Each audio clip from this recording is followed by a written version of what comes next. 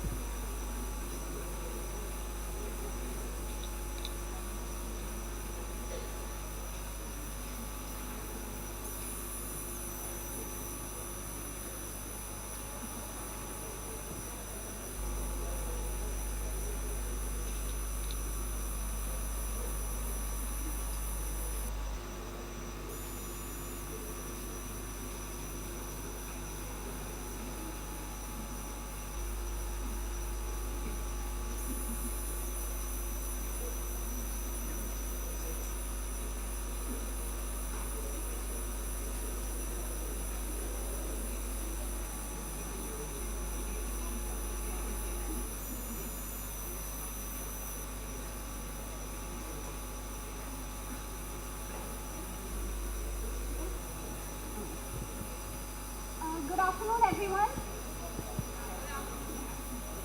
We're delighted to host you here today for this workshop. But before we begin, I'd like to talk a bit about the significance of why we have gathered here today.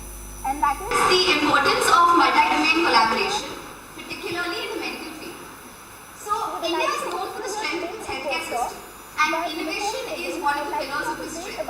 One of the biggest examples of this is the the importance of multi-domain collaboration, particularly in medical cooperation. So, India is known for the strength of its healthcare system, and innovation is one of the pillars of society. One of the biggest examples of this is the Jaipur Fort, as I'm sure we've all heard about, giving them a chance to identify optionality and improve their quality of life.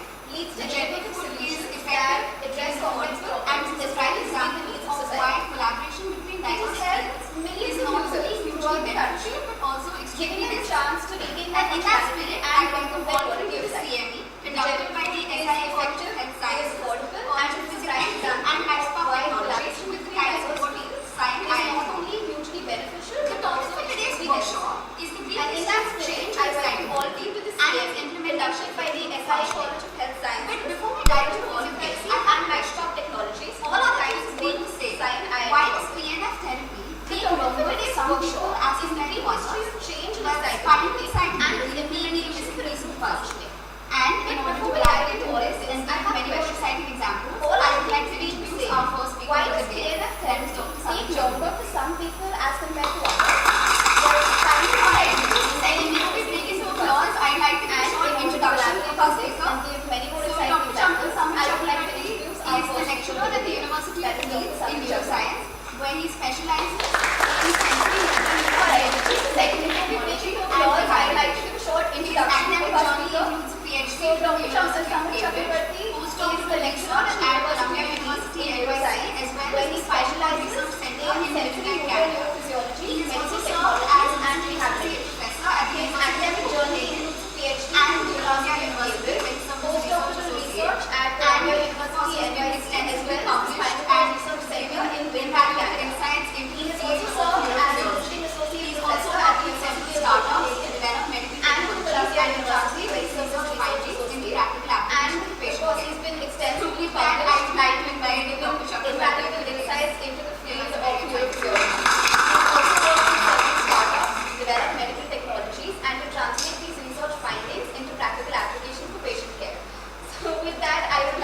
invite Dr. Chakrabarty to please give us a very exciting brief. So I hope I can keep up with the expectations that you established in the chart. So normally I have a slide about where I'm coming from.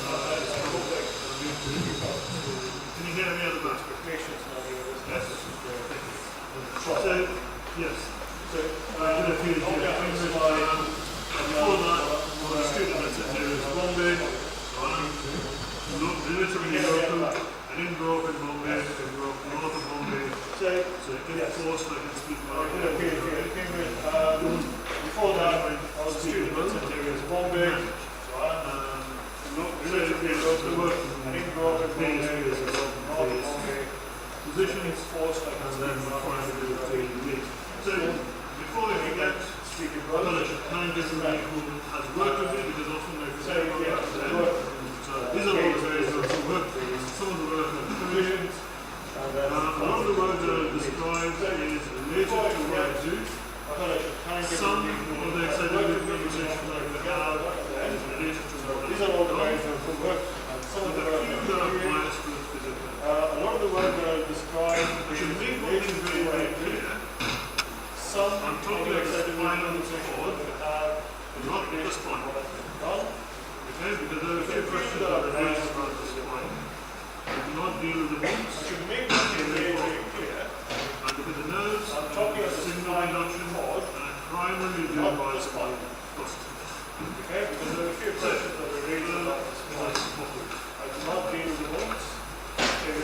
So, I focus on spinal circuits. What I mean by spinal circuits, I mean the things that are within the spinal cord that help us carry out topics. But we often forget the sensory. So we focus on the sensory circuits. What do I mean by spinal circuits? I mean, so we commonly look at the things that are within the spinal cord that help us carry out topics. By the way, if you do not understand something, just put your hand up and we can discuss it. Please don't hesitate, because you may forget very commonly look at that's a monosynaptic path. By the way, if you one where you're getting one side something in, your hand out, it's going in, discuss, and you're producing it, given out. So that's a very basic pathway that you're looking at. All of you look at H reflexes, MSRs, that's your standard bread and butter. What we then do is we try to see if there are multiple inputs, because in a normal environment, when you're walking or doing a task, you don't have one single input. There are multiple inputs coming in, producing a given effect. Right? So how is that affecting motor outcome? That's what we are curious about. But then when I actually look at scenarios like when you're walking, or you're reaching for an object, you're not just producing one muscle output. You're producing output of multiple muscles. Some of you may refer to as a synergy, but I know there is a disconnect between what we neurophysiologists call synergy and what you call synergy. When we call it a synergy, we mean a muscle pattern. When you call it synergy, you mean when it's wrong. We don't necessarily call it when it's wrong. So we'll use the term muscle activation pattern. So if you don't follow, if it sounds like synergy, it may be a synergy, just possibly. Okay? Now, one of the things that we do, and the reason one of the thoughts that we all have is your systems don't quite work appropriately quite often. Partly because of, I was just having this conversation a few minutes ago, acute, and you call it subacute. For us, subacute sounds like it's before acute. So we don't use subacute, we call it chronic, as in something has changed. And that's probably due to a plastic shift. So I'll elaborate on that a bit more. But we explore that as well. So we explore what is a plastic change that's happening within these circuits that we're talking about in terms of monosynaptic or polysynaptics, and how is it affected. Okay? And polysynaptics reminds me of something which I will come on. We all use F waves, H and M. And I'll touch upon F because we don't necessarily like F the way you all choose it. And I'll explain why. So, when we look at things, we tend to look at it as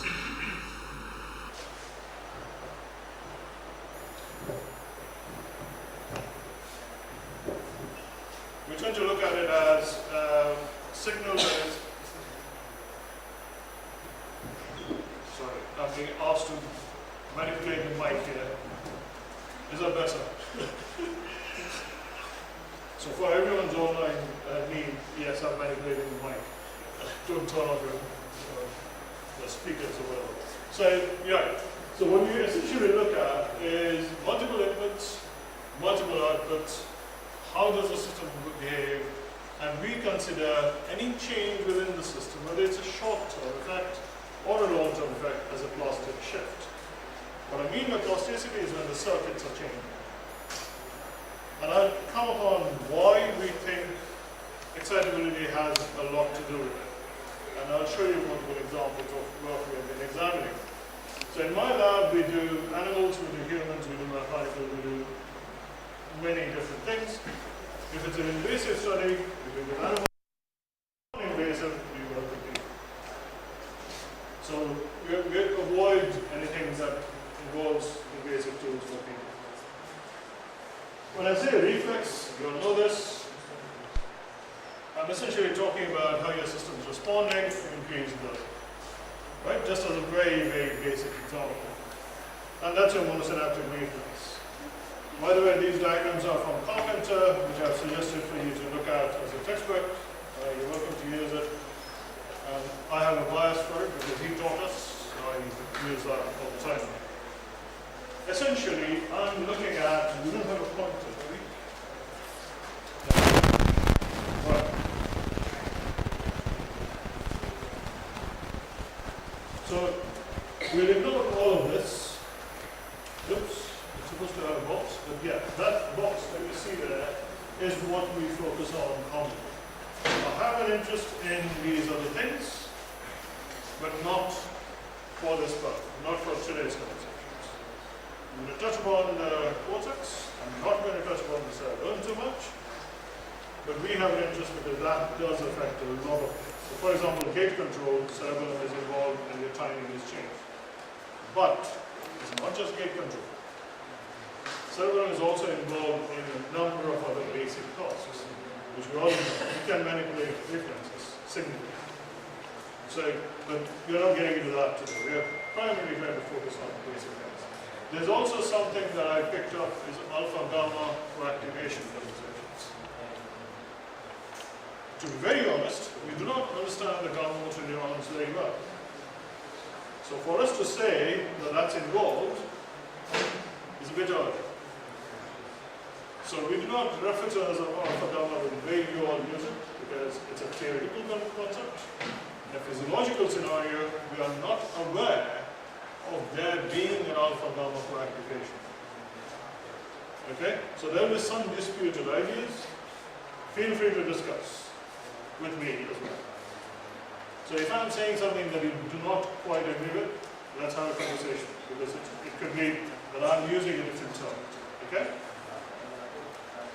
So here's an example of something we did very recently, where we looked at what happens if you take away. So this is an example of, say, a spinal injury or a severe strip where you've lost signals coming down the spine. So in this case, we did it on purpose to take away all the inputs. So there's nothing coming down the spinal cord. And what you find is that the system reconfigures itself. It changes its organization. The driving force behind that is not so much that the system needs to reorganize, it's more to make sure that the motor neuron receives the right amount of input to still produce an active output. So these are animals which have no spinal circuitry, I mean nothing but the spinal circuitry, there's nothing descending down, but the motor neuron input still remains intact. Okay, it's not functionally perfect, but it still has everything total that it needs to be. So, and what I'm showing you here in these is what you all know about, which is your H reflex. So we stimulated the muscle, we recorded an activity, and we find that the output actually increases. Okay? And it coincides, so this is my H threshold, the threshold actually drops, so I need less current to activate the same thing. And that's because there are more afferents, more pathways going to the motor neuron now. So your system has reconfigured itself so that it can still activate the motor neurons even if there is no descending nerve. Right? That's your, okay, I should clarify. When I say descending, I mean corticospinal, I mean texturospinal, I mean everything. The common conversation we all have, I think we had this the first time we spoke, was, is it inhibitory? It's not. The only two things that are inhibitory in your whole system is the output from the cerebellum and the output from the basal ganglia. Everything else is excitatory, but it may target inhibitory pathways. Corticospinal modulates, it may regulate the output, it may control the output, but it does not actively. There is a mechanism, if you're aware of the primary afferent utilization, there's a whole gamut of things there, but that does get activated for some of these tasks. But anyway, we can come into those a bit more in detail. So that was an animal study. This is a human, this is a study that we are exploring currently, and Abhay is partly aware of this. So here we are trying to examine if we can capture sort of doing rehab at home kind of thing. Can I capture EMG? So that's EMG as the person is performing it. So they're performing a task, they're capturing the image analysis, doing the image analysis on the side, and then capturing the EMG at the same time. So we get to know how the two are working at the time. So it starts giving us more information. As you notice, we don't record from 1 or 2 muscles, we record from up to 10 muscles at a time, if we can. So the idea being, your synergy kind of thinking, and we look at the patterns, can you see if there's a change, and if you notice, the muscles don't always behave the same way. And I'll show you some examples where, maybe not today, we can talk about it if you are interested. This is a device, this is a tool that we put together because none of you like to use EMGs because you stick needles in people.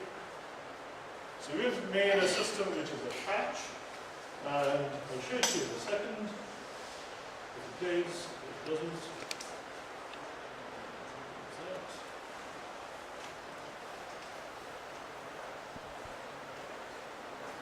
So this is active, the person's actually doing dumbbell curl. This is the frequency or the measures coming from the system. Moving for some reason, ignore that. That's a frequency change that you're seeing across the patch. That's basically the muscle. And these are being done at a fiber level. Okay, we can go down to the fiber level, and that's the total RMS, which you measure as an activity change, and so forth. This immediately gives me information about the fatigue state of the muscle. Okay, and this can be done in a dynamic scenario, so I don't need to stick needles anymore. This is the electrode which I'm describing, not the one which is the orange thing, but the one which is transparent up here. It actually falls with your muscle on your skin. So I can continuously record without it stopping. So we can use it for up to 20 to 30 days. For my purposes, where I'm interested in signals, I can use it for up to 7 days nicely. 5 to 7 days, I should be clear. Okay? So it does not fall off, it stays on you, and it's easily used. Because literally it's a sticky patch, you just put it on your skin and you walk off. You don't need to put any gels, nothing. We have then played with it. We're getting into the next stage of things where we are basically, if you can see from a distance, that's a patch. Imagine you're walking in a clinic and you've got needles stuck in your thumb, for the polycys patch, or polycys recording, and a velocity, whatever you want to do. We've been through it ourselves. Painful. So that's what you can stick, and you can start seeing the unit activity looking like that. So I can see single unit activity from muscles. Okay, not every muscle, not every fiber, but the superficial. That's the most current design, and I think I have somebody looking at this in his office as well. And these are units where we actually have a needle recording with the patch. This is the standard needle, this is our electrode. For the purposes of this diagnosis, the clinicians are happy with this. This is done by a neurophysiologist in the clinic, not by me. So it's not like me presenting and saying this is good. So according to them, they can use these. This is not perfect, but they can use these. So essentially we're playing with, and the reason for showing you this, I'll come to this when I talk about what you guys do when you do age, because commonly it's difficult. You've got to think about it, it takes you a long time. So how can you reduce that time is something that I'm interested in working towards as well. So the conversation today, I want to have it as a two-way because I want to learn from you guys what you need and what I can try to do. Now I'm interested in understanding mechanisms. But at the same time, I don't always, whenever we sit down with physios, there's always a disconnect in the conversation because the terms we use are not always the same. It's the same thing with clinicians in general. This is another piece of work that we finished some years ago. It's now gone to becoming an app that is on the phone. Basically, we use surface EMGs, again, wearables, and we can tease out which pathway is active. So we know if it's reticulospinal or corticospinal. Now we think we also know where spinal is. But essentially, just by doing the task in a particular position, we can start seeing the interaction between the muscles change and the interaction between the pathways change. So there are various ways. And again, this is, you don't have to do this. This is what we do. But these are tools that can be implemented. Ignore all the bands there, but that's basically it. This is again something useful from my perspective because, and maybe for you all as well, because what we can do, this is a mathematical model which replicates the knee joint function using data from animal studies. So the most common conversation is, this is in animals, how can it be suitable for humans? Well, if I can reproduce human output, that works. I'll show you an example of what we have done with it. So this is a model. So this is your normal function, and this is based on the model I just showed you. We have taken away the drive, so this is normal without the biceps. This is no corticospinal and no biceps input, which is typically what you get in this stroke. So I can reproduce more or less the hypoflexion on the elbow. Okay, it's not perfect, there's more work being done, we're adding a few more tools. This, right now, what you're seeing is simply now seeing what kind of therapeutic intervention can I test? What is the potential way to improve that function? So what we've tried out here, turns out this is the best example. It's an extensor, 1B. You know what a 1B is? 1B, when I refer to 1As and 1Bs, I mean primary muscle atrophy versus a tendon atrophy. Okay, to a tendon organ, GTOs. So it turns out, if I activate the extensor GTO, I can recreate somewhat of a level of flexion or extension of the arm compared to the hyperflexion. Okay, so essentially it gives me a toolkit that if you come to me and say, we have this patient who's not responding, I might be able to tell you what it might be that that's off. What is the physiological, potential physiological reason that could be the cause of it? So it's sort of various tools that we sort of developed towards common goal. We're now working on it a bit further to see if we can establish a few more things into it. This one some of you have seen. I probably didn't want me to talk about this, but this was the walk idea, and we have been involved in this for some time. And you can see that it actually helps. This is a famous video now online, where you can see that it actually changes behavior. This is using excitability change as an example. So basically, taking the early conversations that I showed you, which we did in the lab where we were looking at different changes in different reflexes and reorganization, we've taken that a step further and said, okay, can we actually alter behavior actively?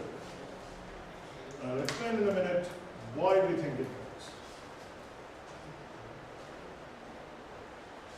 I'm going to stop this because I think Abhay has more details on this in his presentations. So, what are the different methods that you are aware of by which you record muscle activation or excitability, for example? Or let's start there. What do you mean, I know what I mean by excitability. What do you think excitability is? Sorry, I can't hear you. A bit louder. What is excitability?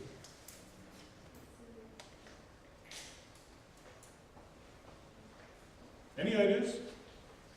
What's happening? I mean, there was a murmur just now. But then hearing me ask again has completely turned it off.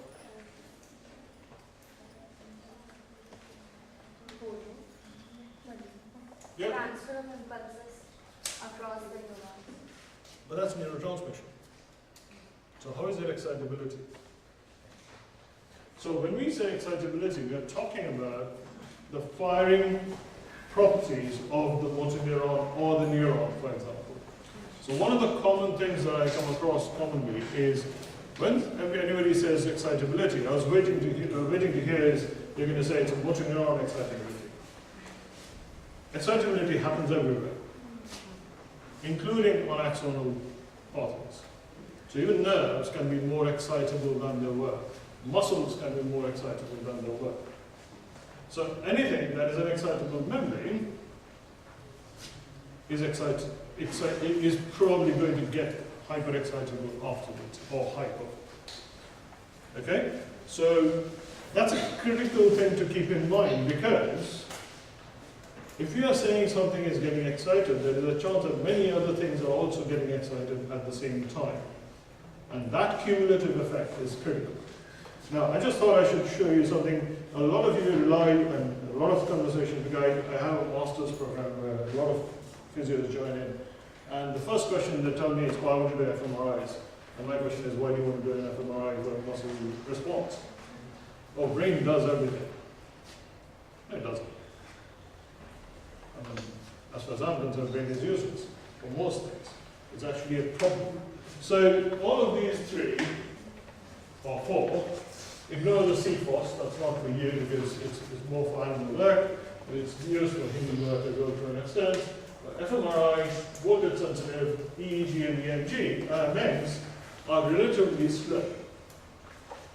So you can't quite pick up most of the motor changes that you're observing. You may be able to see some predictive outcomes, as in you predicting, you planning, or you might also see something that is after the event has happened. Okay, so you may see the efferent feedback. But commonly what we are looking for is intercellular or a voltage recording and extracellular recordings. So I've got a few things lined up, written up there. You don't need to think too much about this, but when you're recording from a cell, that's what you see. Your motor neuron, that's a motor neuron behavior. It's a spike change. It's a continuous spiking of action potentials. You all know what an action potential looks like. But for an action potential to be formed, you need accumulation of signal. Okay? That's the neurotransmission signal. What causes an excitability shift? Is it, do you think, these? That's a conduction change. That's a channel behavior. This is when I'm recording using a needle. That's my EMGs, kind of. Right? And that's when I'm recording a nerve potential. I'm recording a compound action potential, not recording a single event. So if I'm looking at all of these, you're commonly using this and this to establish that there is excitability change. But when there is an excitability change in the motor neuron, that's happening at this level. Agreed? But there's a key problem there. Excitability change happens primarily when these current pathways are affected. Not when this is affected too much. Because neurotransmitter change doesn't happen that often.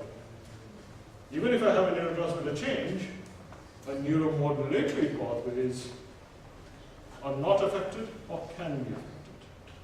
And you know the difference between the neuromodulatories and the inotropic systems. Right.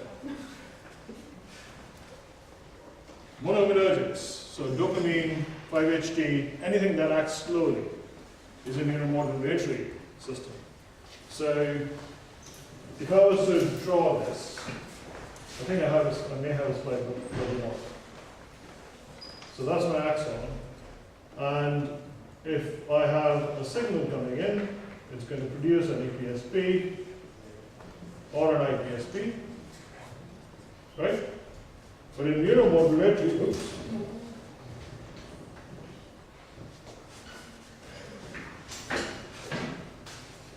when it's a neuromodulatory, it's going to act on the dendrites. It's going to act here and modify the way that signal gets through. So less signal will produce more effect. So the threshold drops. That's your excitability. So excitability has very little to do with this changing, but the frequency or the amplitude of that changing in response to the same amount of signal you're giving. Okay? Still with me? Or are you with me? And that sort of becomes crucial, because so now we'll sort of touch upon that a bit more. There's another confusion that is often there. This was part of the conversation just before this, when we were talking about upper motor neurons and lower motor neurons. What is the difference between a motor unit and a motor neuron?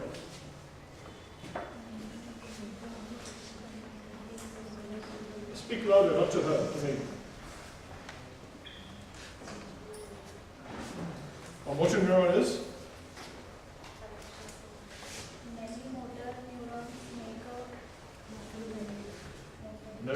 Many motor neurons make up a motor pool.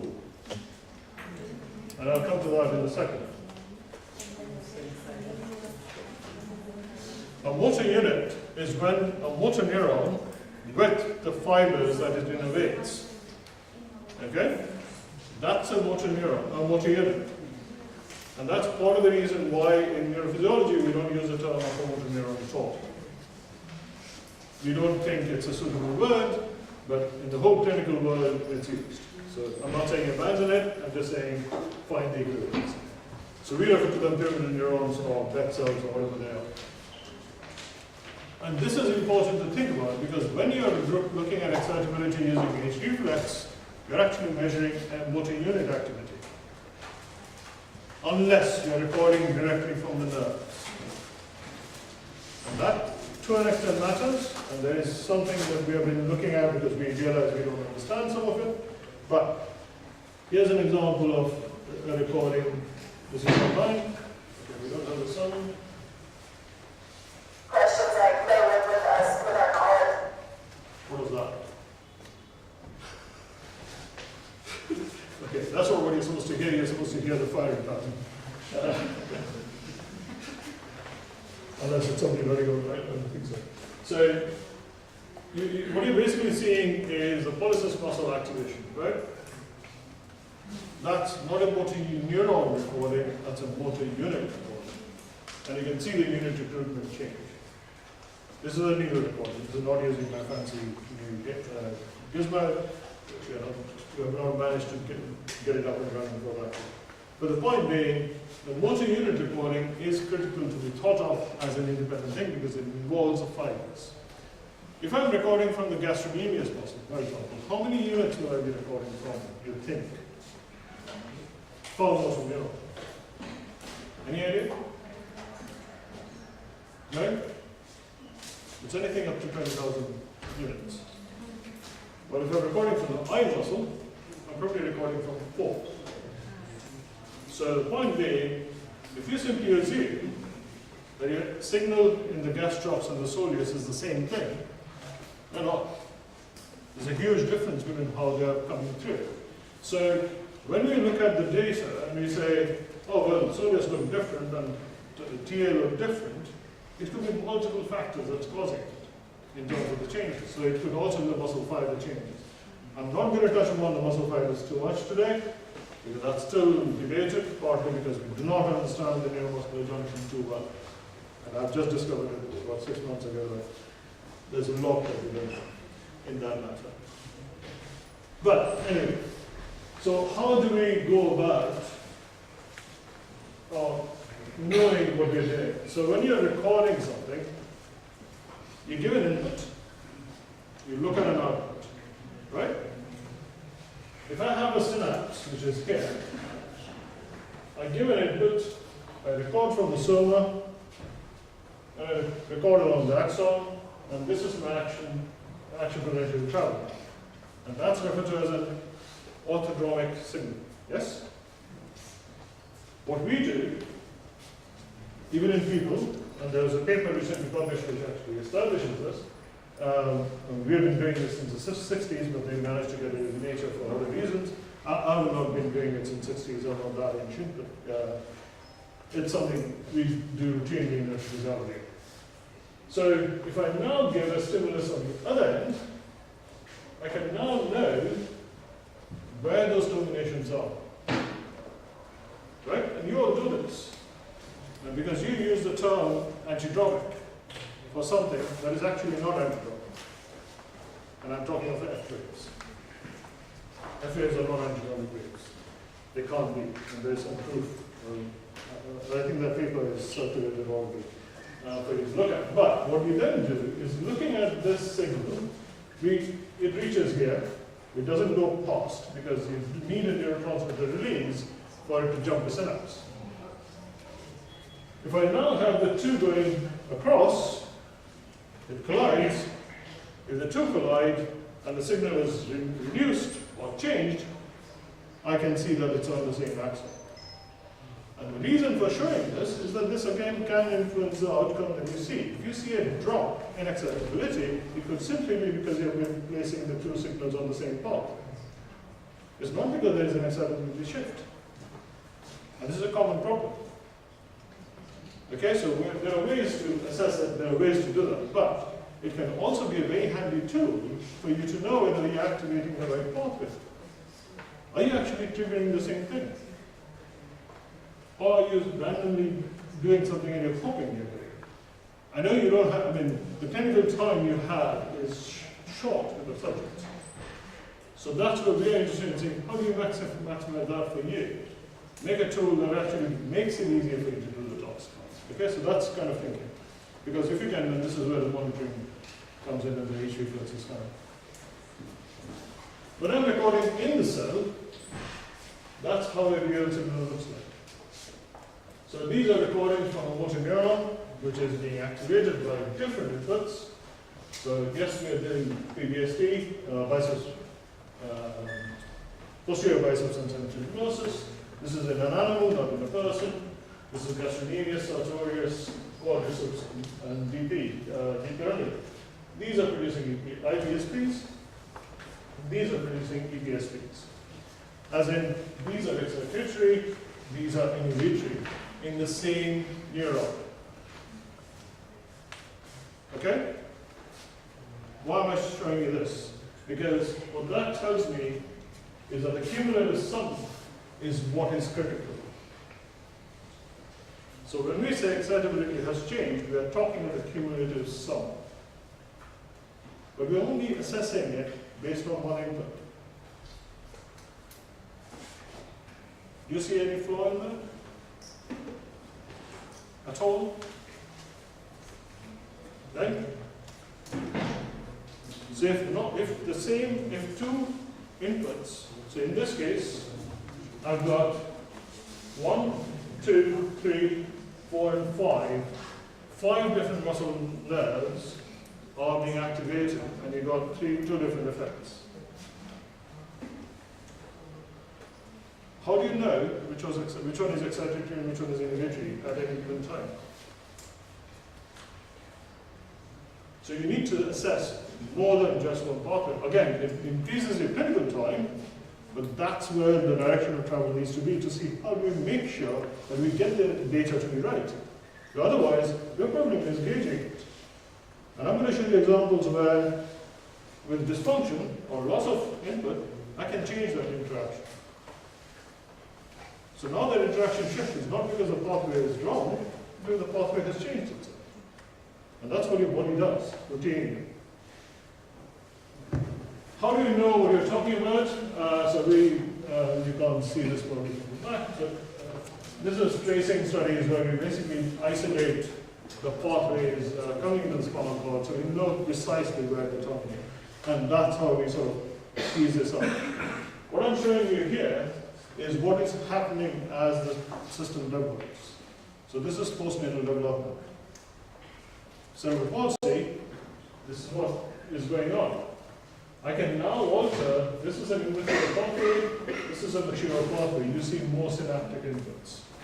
So what I showed you about the excitatory PSP and PSP, I now have a change within it.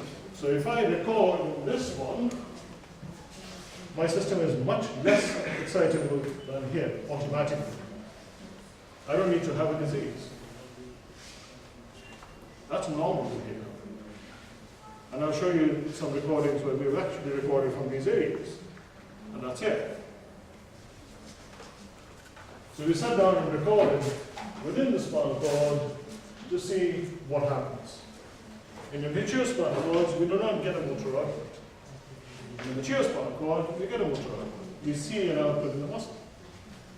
And we wondered what it was. So it turned out there's a population of cells in this area, which I showed you just a second ago where the terminations are, that starts shifting. And as that shifts, the potential starts changing. And this increase in potential actually activates the cell to move. Okay? So it's a very simple mechanism, and this is developmentally true.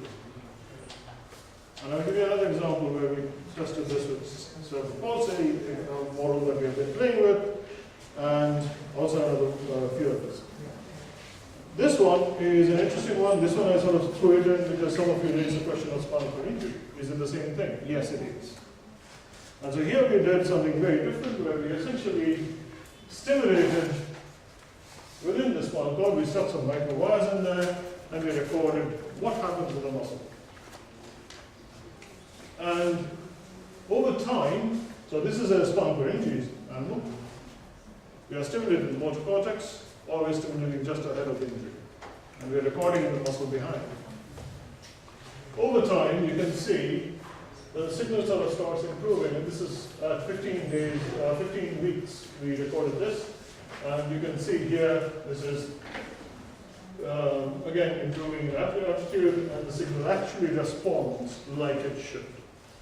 And over time, it starts changing. So the pathways are slowly becoming more active. Initially, they are not. But if I did activate them, they won't bother changing. But we also see an interesting thing. We see a phenomena, actually, we'll talk about that later, where we essentially see the signal from the cortex coming down all the way to the hind leg muscles. So we are able to reconfigure the system ourselves. So we are able to reconfigure because we are changing the excitability again. Okay? I'm touching upon all the different ways that we think we can do that, and then I'll explain what I think gives excitability changes. So here's a question for all of you.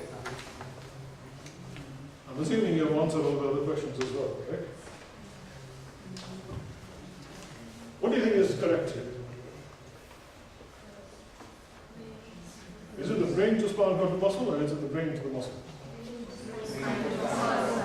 You're absolutely sure of that? Yes. You've trained them well, isn't it? Right, okay, so then we don't even get into that. But that final effector organ, which is here, the rest is all brain. The spinal bit is the least amount, but it does have a significant role to play. Without the spinal cord or the brainstem, you cannot activate any of the muscles.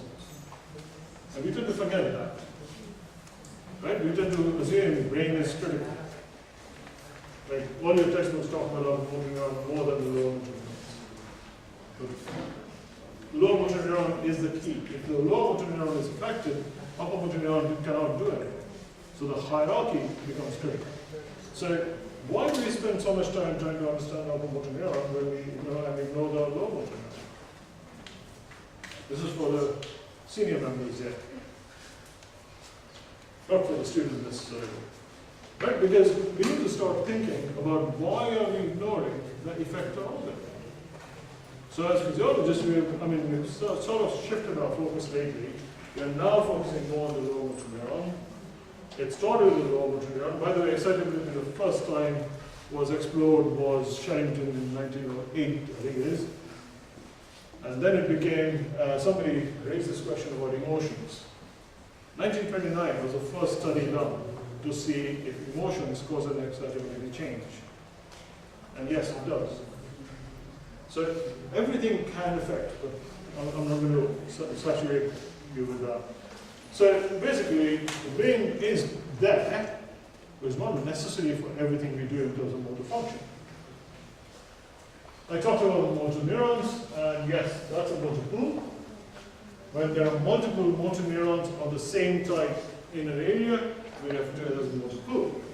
And this is a typical gas trunk, the lumbosacral area, and you're seeing the gastrocnemius, and yes, their distribution shifts. Every person has a slight different distribution. It's not exactly the same, but more or less you can see them being there. I tend to focus on this area, which is the intermediate zone, where the interneurons sit. And the reason we looked at the interneurons is because we think they play a critical role in how the signal gets transferred. Because without them, the signal will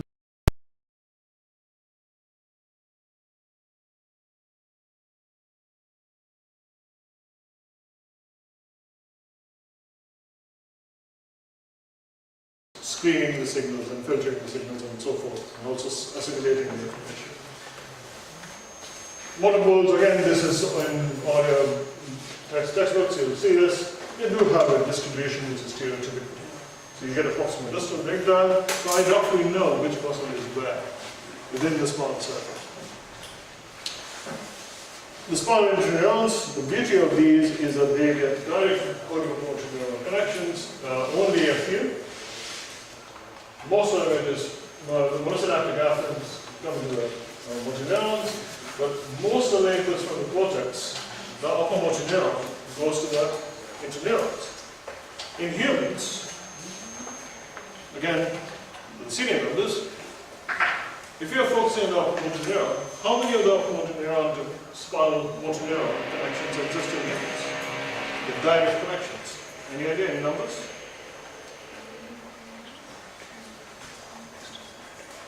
So can you repeat the question? How many motor neurons are directly connected to corticospinal or upper motor neurons in your language?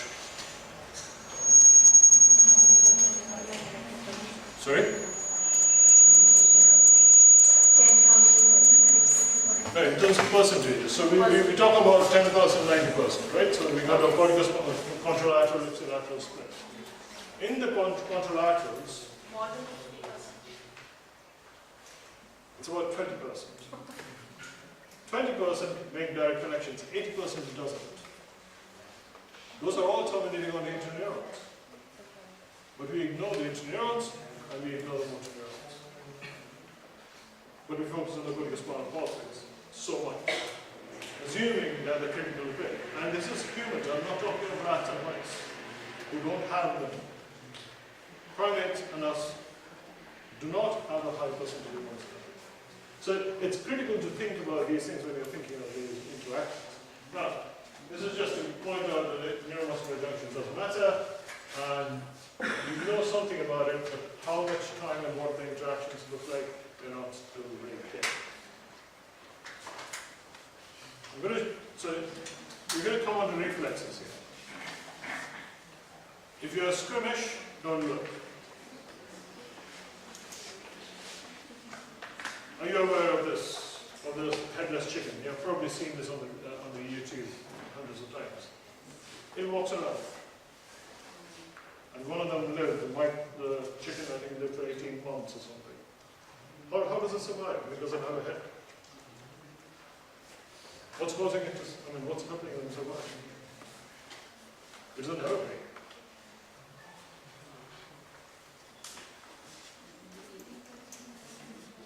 Any thoughts? So Sorry, coming on to this after talking about the upper motor neuron not being important.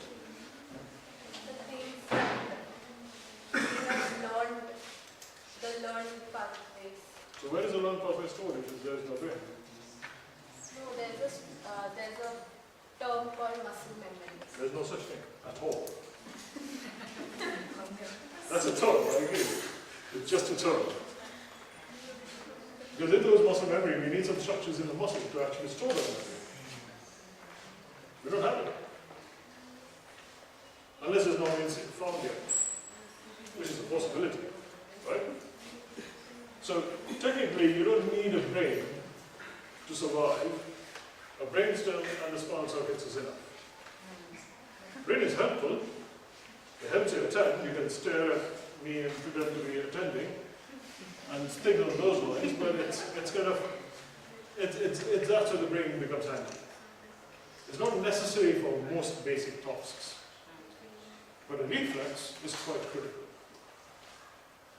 And reflexes play a significant role. I'm coming out of the H reflex assessment and all those kind of things, and where the reflexes fit in, because the reflex now becomes critical because the CPG, which drives your locomotor behavior, it can walk. But if it was a human being, we can put on a treadmill and we'll walk. But if you are asked to do anything beyond that, maybe for reaching for an object, we may be struggling. And that's how cerebral sort of was first identified. Cerebral identification was a soldier sitting there, not knowing what to do, although they knew they wanted soup and they knew that there was a spoon there and they needed to use a spoon to have the soup. But they didn't know how to do it. They could tell you what should be done, but they couldn't carry out the task. And that's because they had a cerebral injury. That was the first identification of cerebral injury in motor function. But the spinal cord is intact, everything else is intact. So again, I go back to the point that yes, it's useful for planning, it's useful for knowing what you've done, but it's not necessarily needed for doing immediate tasks. So let's ignore that. Why is it keeping on going there?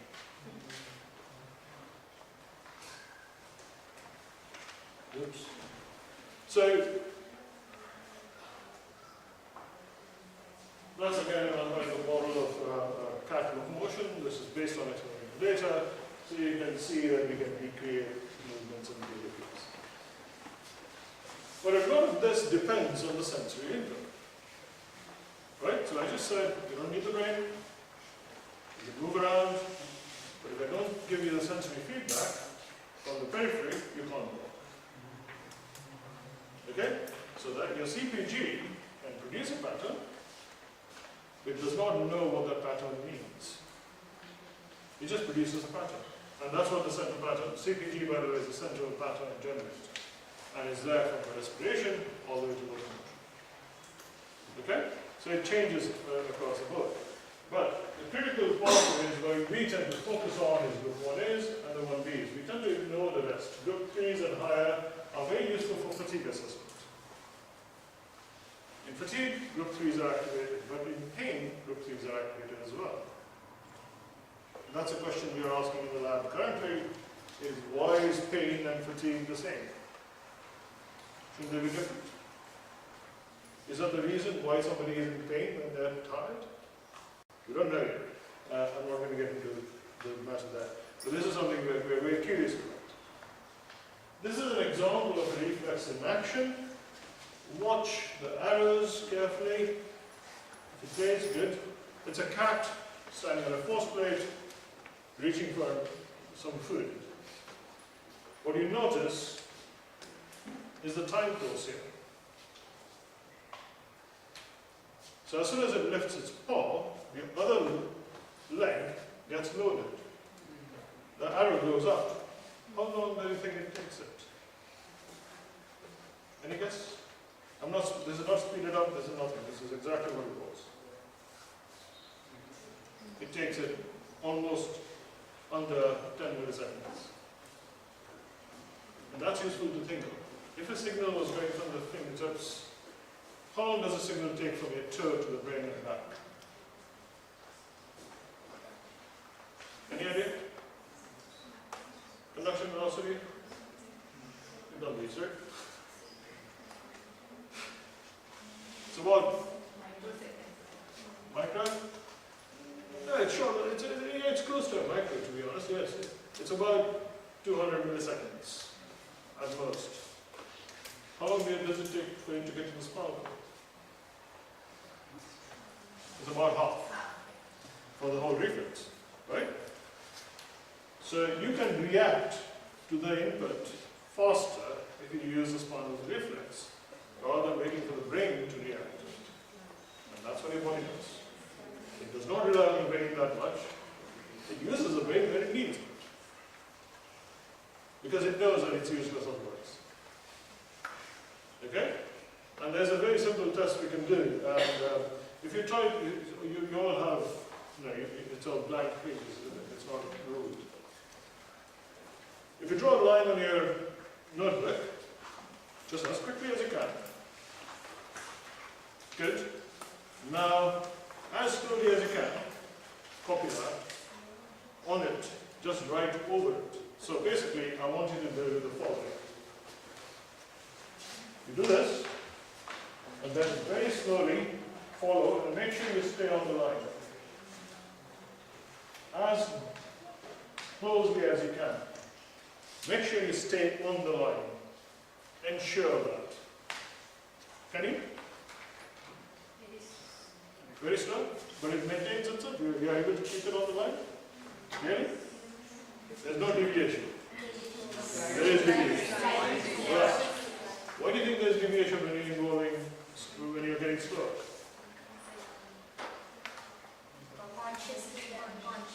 What is consciousness?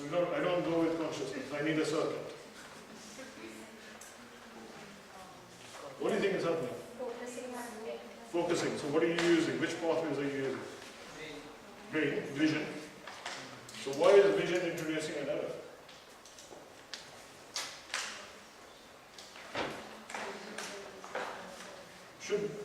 Should that be happening?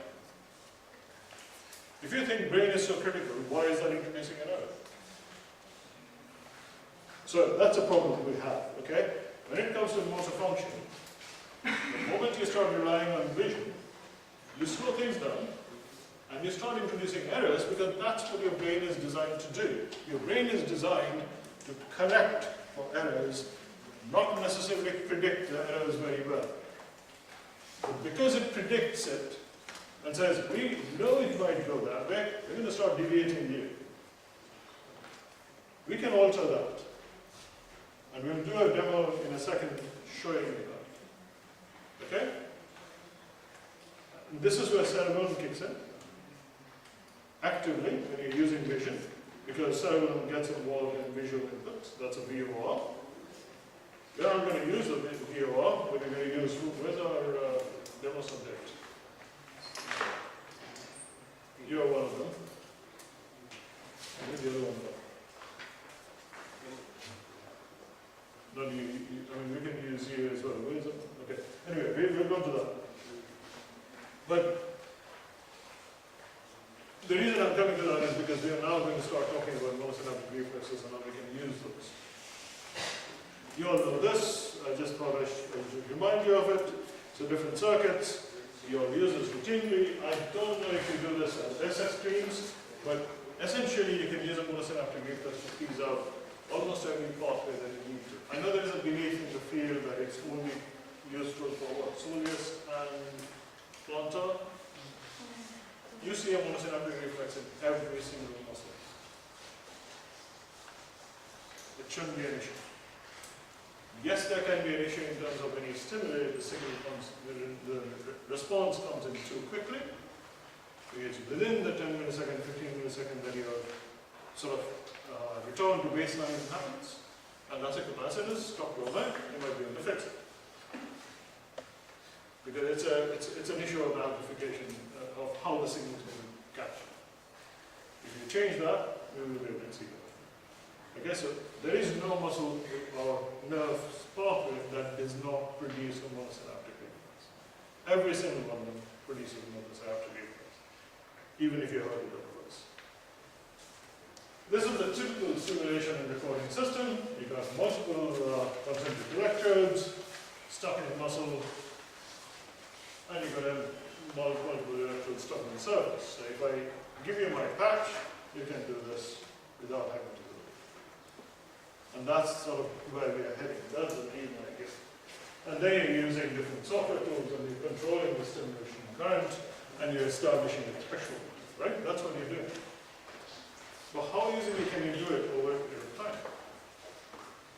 You're normally doing it for a brief period and then letting it go and hoping that you've got enough information and you bring them back after 6 weeks or 3 days, whatever it is. How is it maintained? Is excitability maintained? No? Why not? If I have coffee, will my excitability go up? Will my reflexes be hyperexcitable? Yes. If my reflexes are hyperexcitable, my whole body is hyperexcitable. Every single cell, every excitable memory is hyperexcitable. So it never gets maintained. My diet affects it. What I drink affects it. How I feel affects it. So if I test somebody today, and I test somebody 3 days later, and I see a change, I don't know what the cause was. I'm not saying abandon everything, I'm saying we need to find ways to start thinking about how do we take that into account? How do we monitor that? Okay, so, I mean, this is where we were talking before about why we want to monitor it, because we want to be able to see that change. But again, we want to see few target muscles, in the lab we'll do more muscles, and see how that alters across the muscles. So this sort of brings us into this conversation about control. By the way, I've been talking for a long time. Do you need a break? Should we take a short break and come back? Yes? Your teachers are not happy with that. Because that gives me a chance to regroup the sort of levels. Do you know where Amay is? Maybe. Where is Amay? Can you just ask him, because we want to do the professor demo. So once he's back, we'll take a break. Okay, but think of, so when you do a task, have you considered how you can do it? We'll go on a break, not yet. just hold your horses a bit further. So when you activate a muscle, how much of it is controlled and how much of it is just random?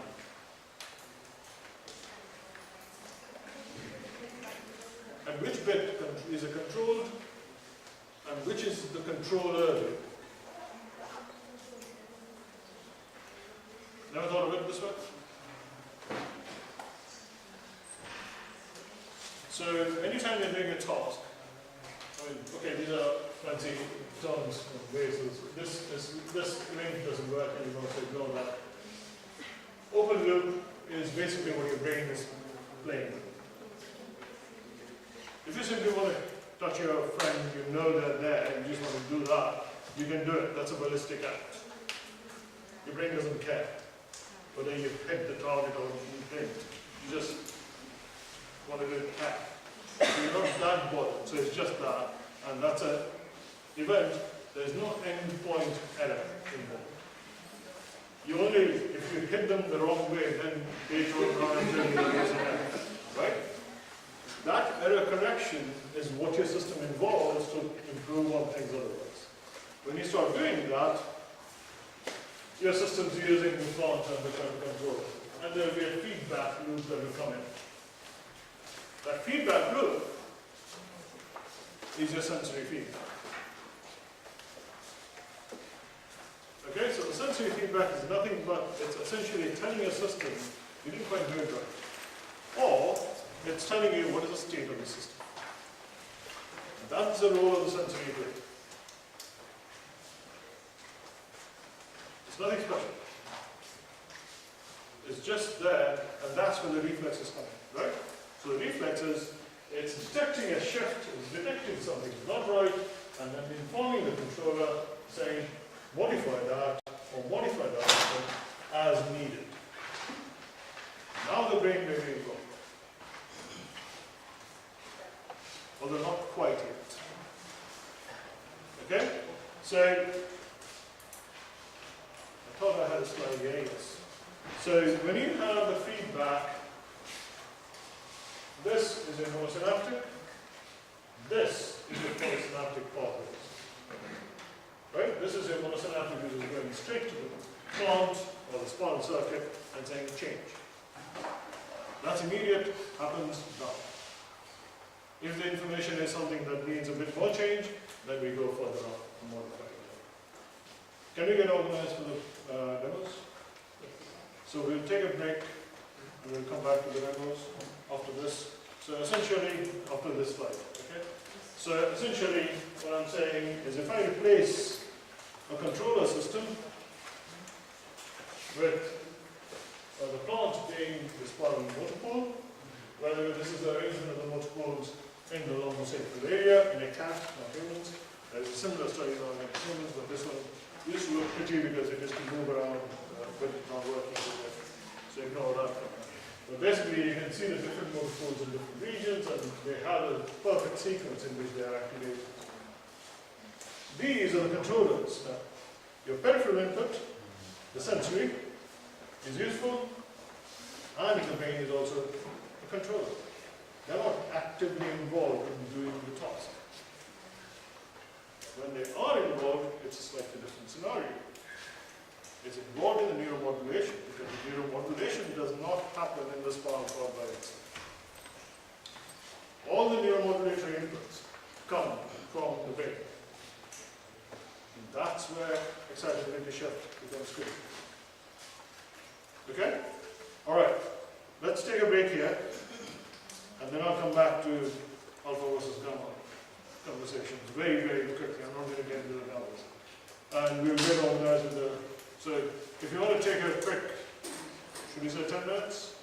Or is it too long? 5, okay. 3. It's 3, so they'll take 5. Okay? So, I think the toilets and things are down there and there. And there's a water source around as well, so if you want to take a break, please do now while we get started.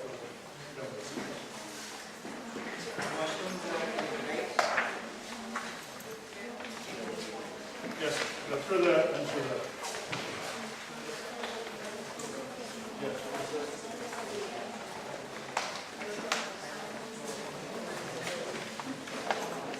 Yep.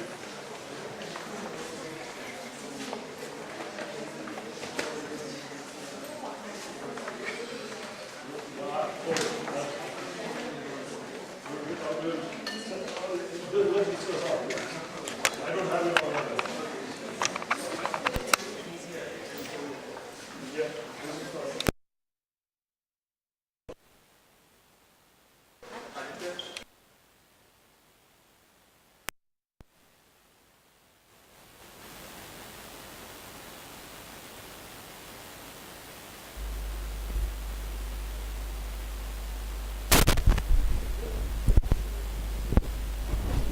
Hello. Hello. Check. Hello.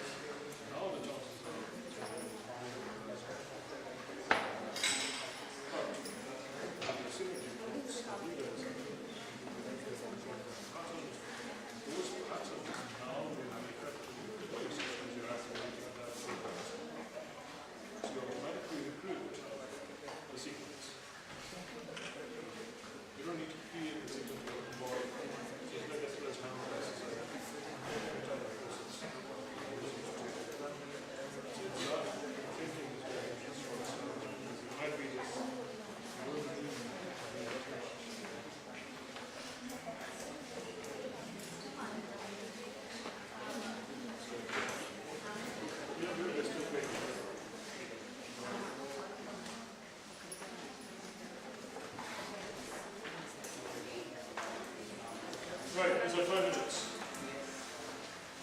Maybe,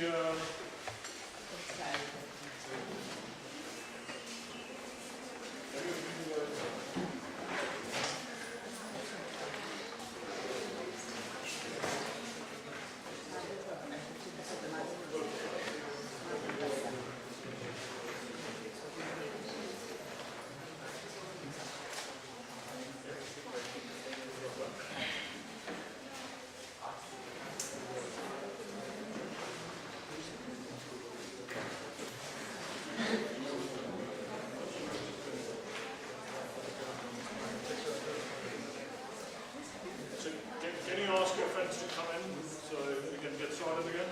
You see some trickling in?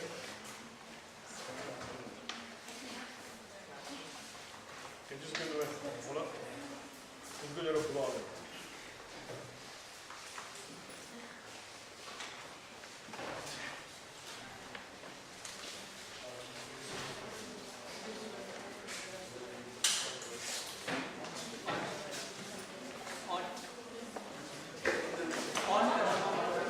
Keep all of them. Samit.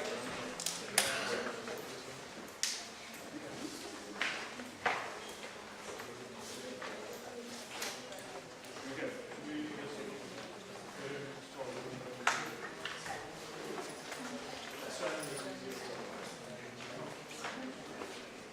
Is everyone here? All right. Session 2. Right, so,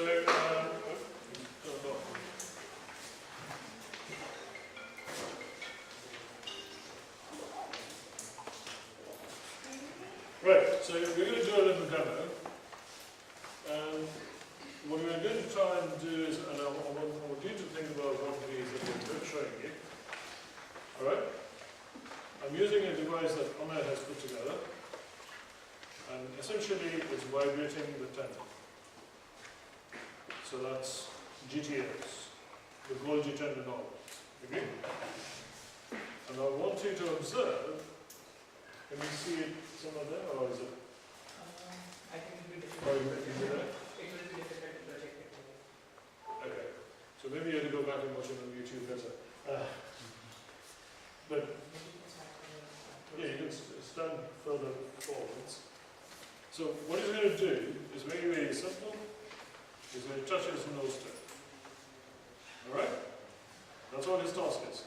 And maybe at an angle? Should be fine? It's good? Alright, so why don't you do that? So do you want to strap him up? Do you strap him up? Yeah, So, sure. yeah. So, very That's it, that's it all right? Okay, so let's put it there. There you go. So we're essentially putting a vibration on the tendon. You can do this with a toothbrush at home, that's fine. If you don't understand the toothbrush, the vibration.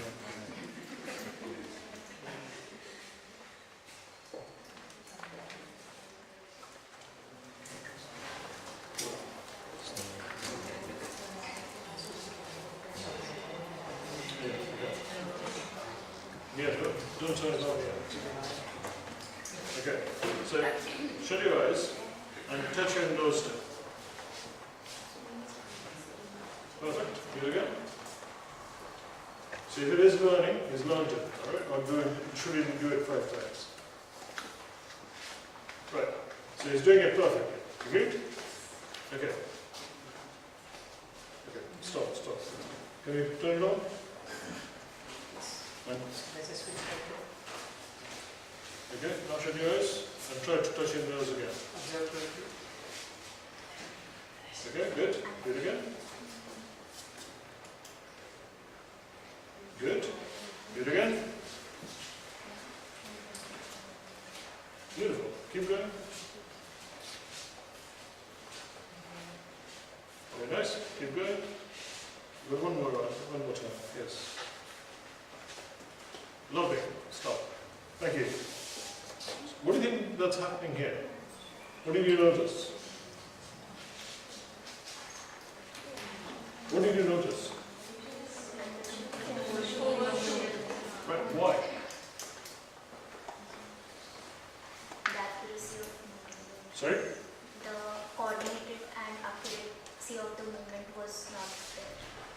Why? How are we affecting it? Why are we affecting The interruption from that device which was it? Yes, it's an interruption. What are we interrupting? some signals that So we are changing, we are giving a signal which is actually producing a reflex, which is disrupting the standard expected pattern, but in turn, it's also giving him a sense in space, because when he's trying to touch the nose tip, his fingers are basically saying, yes, you're in space which was there, but your sense of space has shifted. And so you're now here, but your brain is assuming it's still here, because I've given it the wrong information. And we can do that. That's easy, as you see. And I'll show you another example.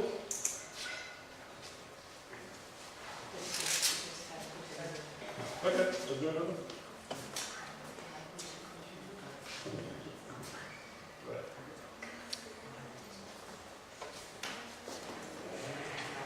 There's a strap. What do you get to hear is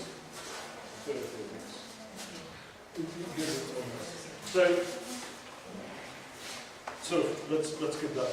It's these guys, right? It's a 1A, 1B afferents. So 1B is a gold type, and I'm not touching on the 1As are there.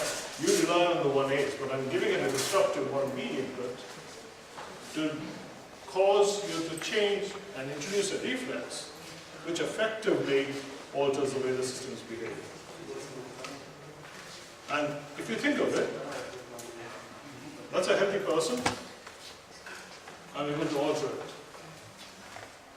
If I take that same signal and use it to now improve function in somebody where it's not working, or something is not quite connected appropriately or suitably, I can use the same kind of a thinking. I can disrupt something, and then over time, they change. So something we didn't show you is if I now get him to try the same thing, he will be deviated still. And he will continue to be at least deviated for 30 to 40, about 15 seconds. And it takes time to recover. There, this cerebral comes. Okay? Sorry? Oh, yes. Because now it's going to correct, because now I'm allowing you to visually see it, but you'll be going there and slowly bringing it back. And that's normal behavior. So the way we think of rehab is we think of changing that excitability shift. This is excitability, right? We are not doing anything else. We are not getting him to do that. That's not the reflex you saw. If I do an electrical stimulation, I'll see that. And the reason I personally, I used to do electrical stimulation all the time. I don't like electrical stimulation like this because it causes issues. We'll do another demo. Yes. Okay, we're going to do it. So, can you come up to me, please? Straight. Walk straight to me.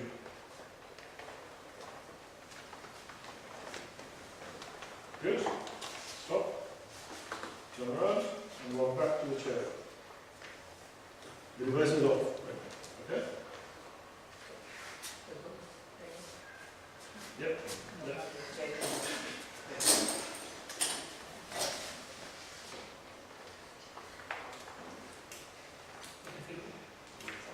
Okay. Walk to me again. Line straight. Yeah. Good. Walk to me. Keep walking. Keep walking. Good. Stop. Turn. Come to me. And walk. Close the chair now. Great. You're already walking in line. Okay, straight. Good.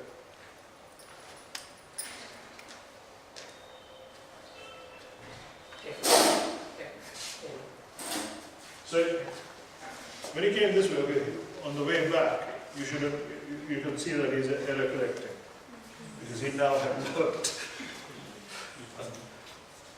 What was happening there?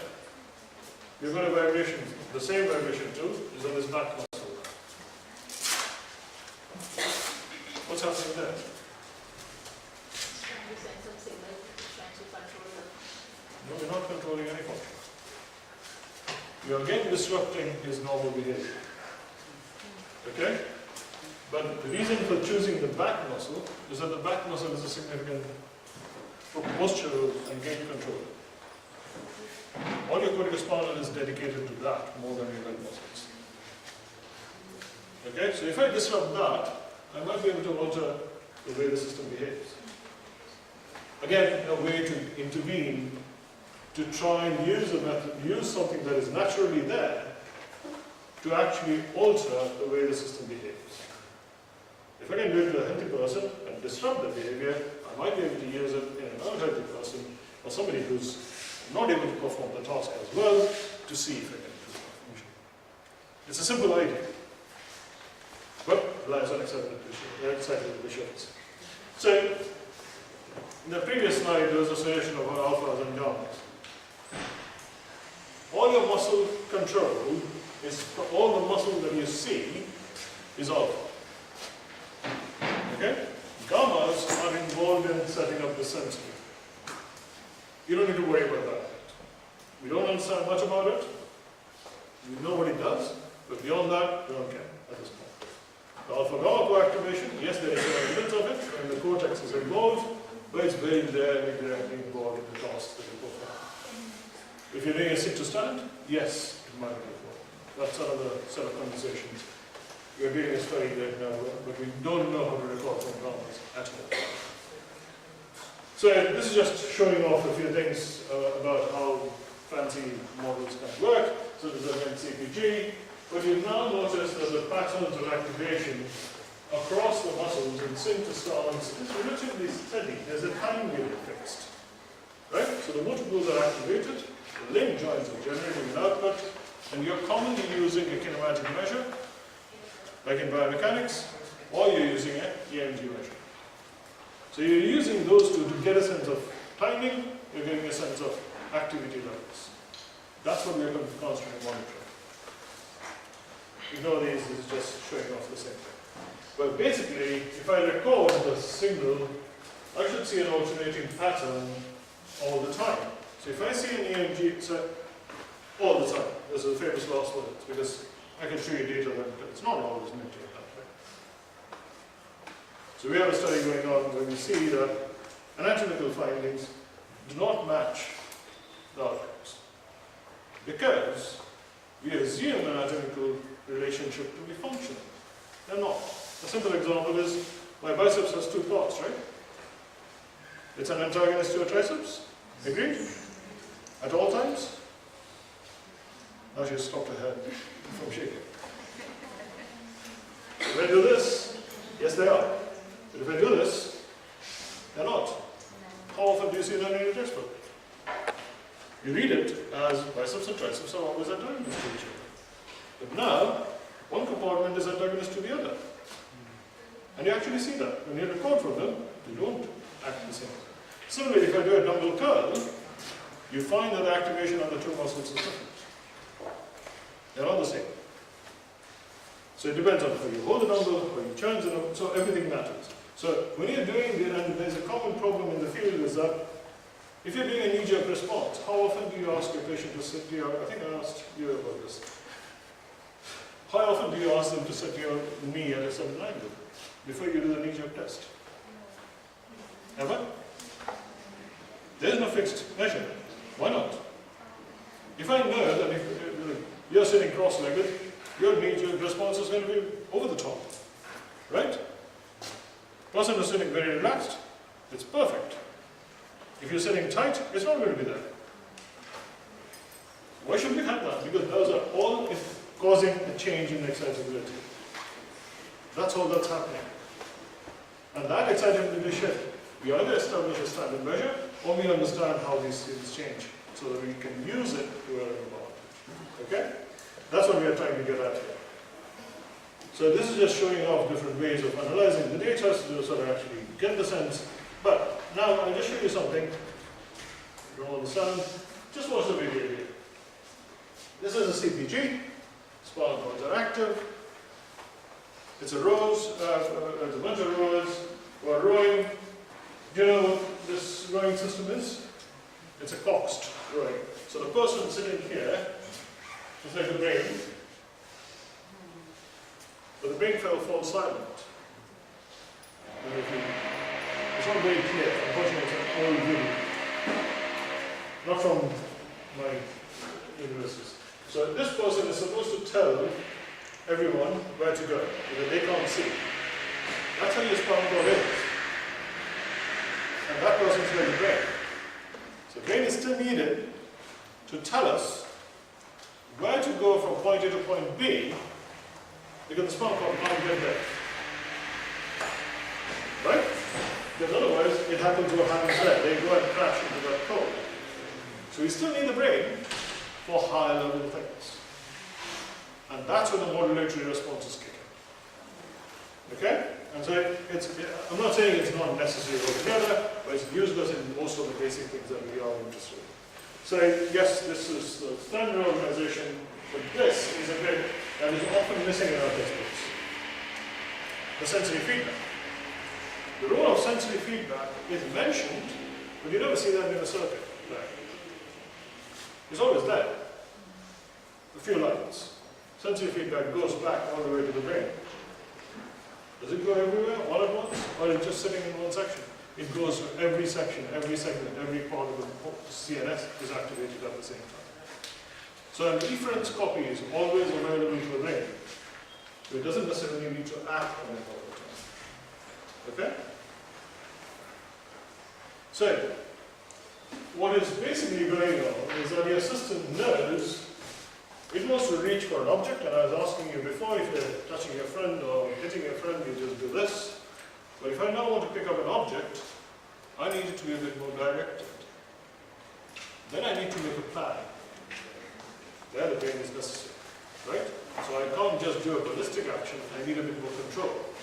And there, I now have a model in my head, which is where the reference copy comes in, and it tells me I need to play with it, to modify it, right?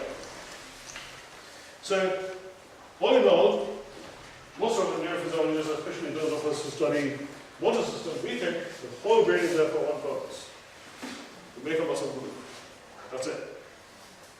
And to make sure the muscle keeps moving. All these pathways get together to do that. Yes, we can boil it down to something very, very basic, which is that. I'm going to skip this and this, because this is just to show off, or sort of give you a sense of why we do this. This is nothing but it's called the DARPA arm, which is embedded into the arm, and it basically produces a motion based on cortical thoughts, or there are inputs implanted in the brain. And this is just showing off the molecules of that. So let's come down to the actual nitty-gritty. So motor neuron excitability is a fantastic article. Please read it. It discusses in detail. It's C.J. Heckman's article. Respect for chap. He's very good. But the critical thing to remember is these inputs versus these inputs. It's the neuromodulatory that seem to have stronger influence on excitability.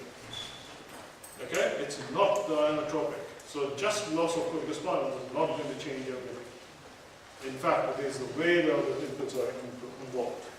And this input, sorry, things are squished here today because of my setup is a bit different.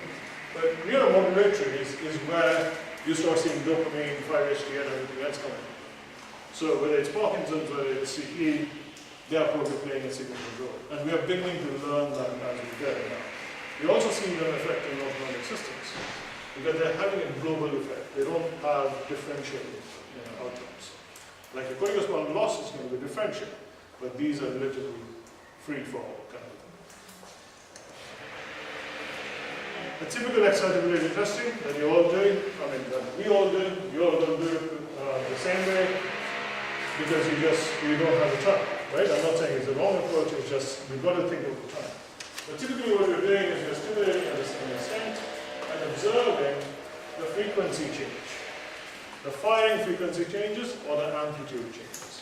So this is an ancient study of mine where we actually looked at interneuronal population which shows excitability change with stimulation of different inputs.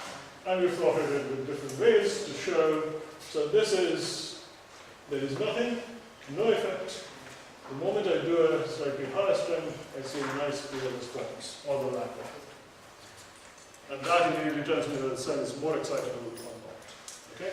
And that's what you're looking at indirectly by looking at the H reflex. You don't have the ability to get this information, so you're using an indirect means. What we commonly see, so this is a study which was done recently, I think I was talking about, I think I mentioned this. So in spinal cord injury, it's simply a generous maneuver, and that produces a change in the excitability of the system. You don't need anything fancy to do it. Yes, they do some transcranial stimulation as well to show that it's greater. I was more interested in showing you that the exercise of simple events alters excitability. Here they're measuring H reflexes and all the reflex outputs, and they show you the different muscle responses to it, and you see that there is an overall change. All you do is stretching. This is where your stretching involves. You do a stretch, you alter excitability. It's not the muscle. The afferent input is critical. Okay? So not just the stretching of the muscle actually alters the way the signal travels back. It's not in the muscle. Because there is a pathway. So this is another article that, oh, I forgot the source of this. But anyway, I can send you this afterwards. If you have spinal cord injury, ALS, CP, doesn't matter. The primary effect that you're having is a loss of a descending drive, right? What do you notice here? Okay, PIC. PIC is persistent inward currents. You remember the little change that I showed in the chart? It's essentially changing the conductance of the system. Okay? And that is turning out to be the more important thing in excitability, not anything else. So this bit here plays a significant role in changing the motor neuron excitability. And this cuts across every single dysfunction. It doesn't matter which dysfunction you talk about, it's the same effect. So PICs are now the new current big thing that every one of us is trying to find, even using motor neuron and EMG signals. We are running way behind time. So, if I'm talking about plasticity, a typical motor neuron, as you saw in the previous figure, has inputs from various sources, it's got various interneuronal populations, and then you've got your muscle. Right? If I take away these, what am I left with? I've got just the segmental inputs, but if you notice, and if you keep an eye on the green arrows, we know that the afferent input goes up. I showed you an example right at the start. That input change alters the signal coming to the motor neuron. Right? So what's changing there? We talked about excitability. Essentially, you're changing the drive to the motor neuron, the balance between the excitatory and the inhibitory. Ultimately, that's what you're playing with. So if you understand what we can trigger to modify that, we can play with it. Okay? So this is just elaborating this further. In development, we see exactly the same thing. This is an example for the palsy, where this is normal development of the corticospinal pathways. This is where we are blocking activity. So we stop activity on one side, and the other side progresses. We know the bilateral nature of things, and so things establish. But what you'll end up seeing is one side being more active than the other. Okay? And we actually see the change in the signals that we pick up. What that we played with is we modified the input from the bad side by inhibiting the good side. So you're changing the competition between the two. When you reduce the excitability on this side, the other side starts progressing. And that balance shift leads to almost similar function. So we can manipulate this. And this is now being used for hemiplegic studies in cardio. This was another study where we showed, like in the very start I said, there was an animal study. This is where we showed this, so we could find the substrate, which is a cellular change, it's a plastic change over a few weeks, which reflects the monosynaptic reflex change that we observe, which didn't exist, but it starts getting established after some time. So I'm not saying things are just there, it's actually, there is a cellular substrate which changes. There is a pathway shift in some cases, but it's not unnecessary. Okay? This is just showing off some retrocellular recordings where we could actually see afferents being pulled away after a period of time, because there were too many of them. And that is normal developmental changes, and we could observe them. And again, if we look at the data, it matches up with what I'll show you in terms of the H reflex. The H reflex changes with it. So this is actually, let's skip it because this is more about VChat.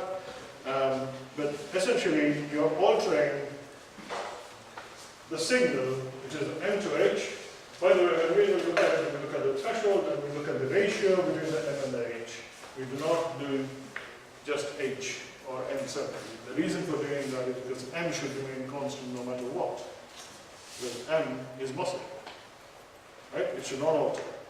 But the H should, because that's the central. And we see that changing with time.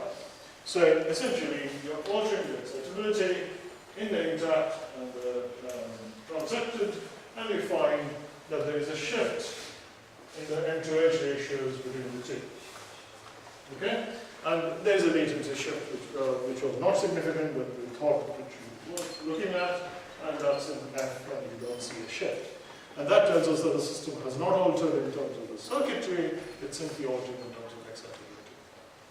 So all of these factors are to be taken into account to say there's no other reason. Okay? So, the gist is, it changes, excitability shifts. You can see the paper, so I'm getting indications that I should speed up, so I will speed up. Basically, what we then did was we did some chronic recordings to see what happens with chest injury. This is spinal injury, intact. This is interactions in the spinal level. This is interactions with the spinal level with this epidural stimulation, so we are simply stimulating the spinal cord surface. This is stimulating the motor cortex, and you find that over a period of time things are altering, the response starts coming back. But it's never quite the same. Okay? And that is critical because I just showed you, and this is pretty much acute. This is 1 week after. And after some time, we see H reflexes change, and these also. So we see a shift, but you've got to give it time. So this is your acute, subacute kind of scenario. So the excitability is changing immediately, and that's why someone was talking about plasticity this morning. And so you start seeing the plasticity effects, and then you see the spasticity effects. We think the spasticity effects is due to the afferent interactions getting higher, which I showed you before. The afferent currents go up onto the same thing, including the intraneural population, so the activation of the interneurons is also higher, and those are excitatory and inhibitory, so that the balance has gone up, it's going to increase it. But the non-reliability comes in, because if you're not activating everything and everything is changing, you've got to control something, otherwise you're going to changes which are completely random. That's where exercise becomes handy. So we have some studies where we're looking at, if you do exercises after spinal cord injury, your overall output changes quite significantly towards a better scenario. So we think it's reinforcing the pathways that are useful over just change.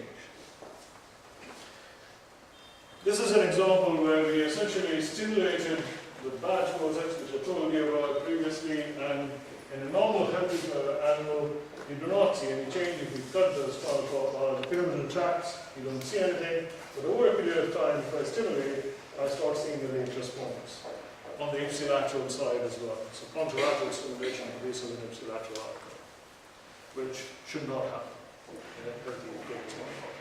So again, that's TMS. You can use it to activate it. H reflexes, we've been using this routinely in the lab, and we actually see modulation of the HT effect, so that's what these are.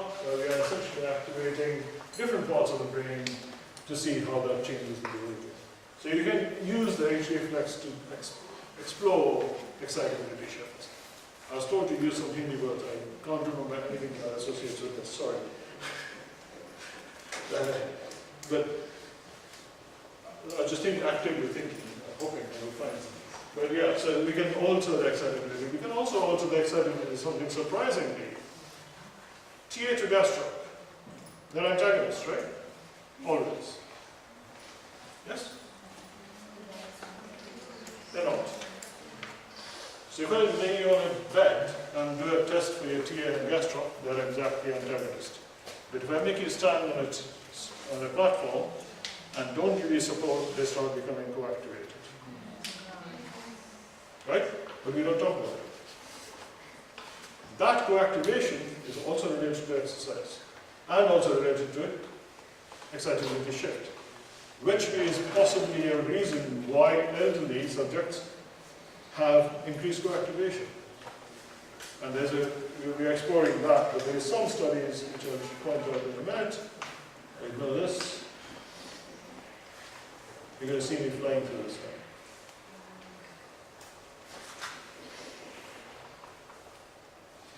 It's just giving you the substrate changes that we see. So this is an inactivation study where we essentially created the inactivation, and you can see these are indicative of the inhibitory cells, these are excitatory cells. You can see that the inhibited side has more inhibitory drive than excitatory drive. So the motor neuron now receives more inhibition than excitation. But when we inactivated it again, we could restore the balance. So we're able to play with it not just using a vibration tool, we're able to play with it even using a pharmacological intervention. Okay? In this case, it was exercise and pharmacology. In that case, it's just a vibration tool. So if you take a balance of the two, you might be able to find some solutions. You ignore these. This is basically showing you things I've shown you in the article.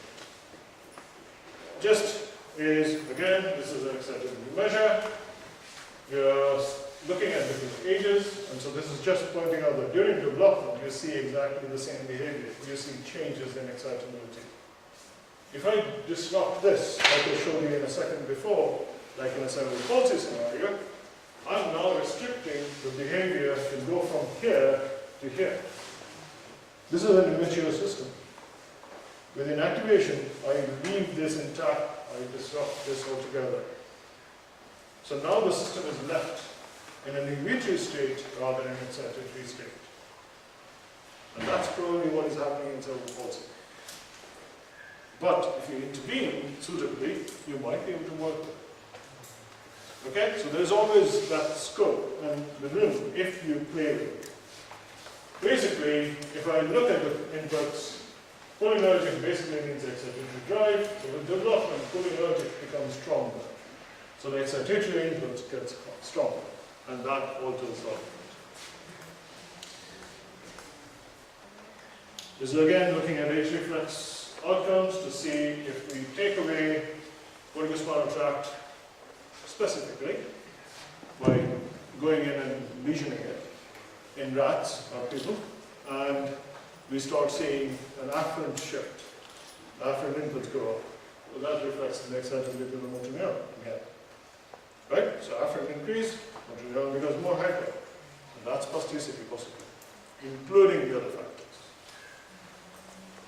I was talking about spinal cord modulation. So this is looking at modifying spinal inputs. So you're sort of simulating around the spinal cord. This is trying to identify what changes with transcutaneous stimulation. And we see a transcutaneous stimulation actually having an effect on the overall excitability of the system. It changes the way the system reacts to the signal. And that's the spinal source stimulation where we have a DS, don't worry with DS too much, but basically we have a disruption and a non-disruptive state. Okay? And you see a shift. When we have the stimulation, you see a change.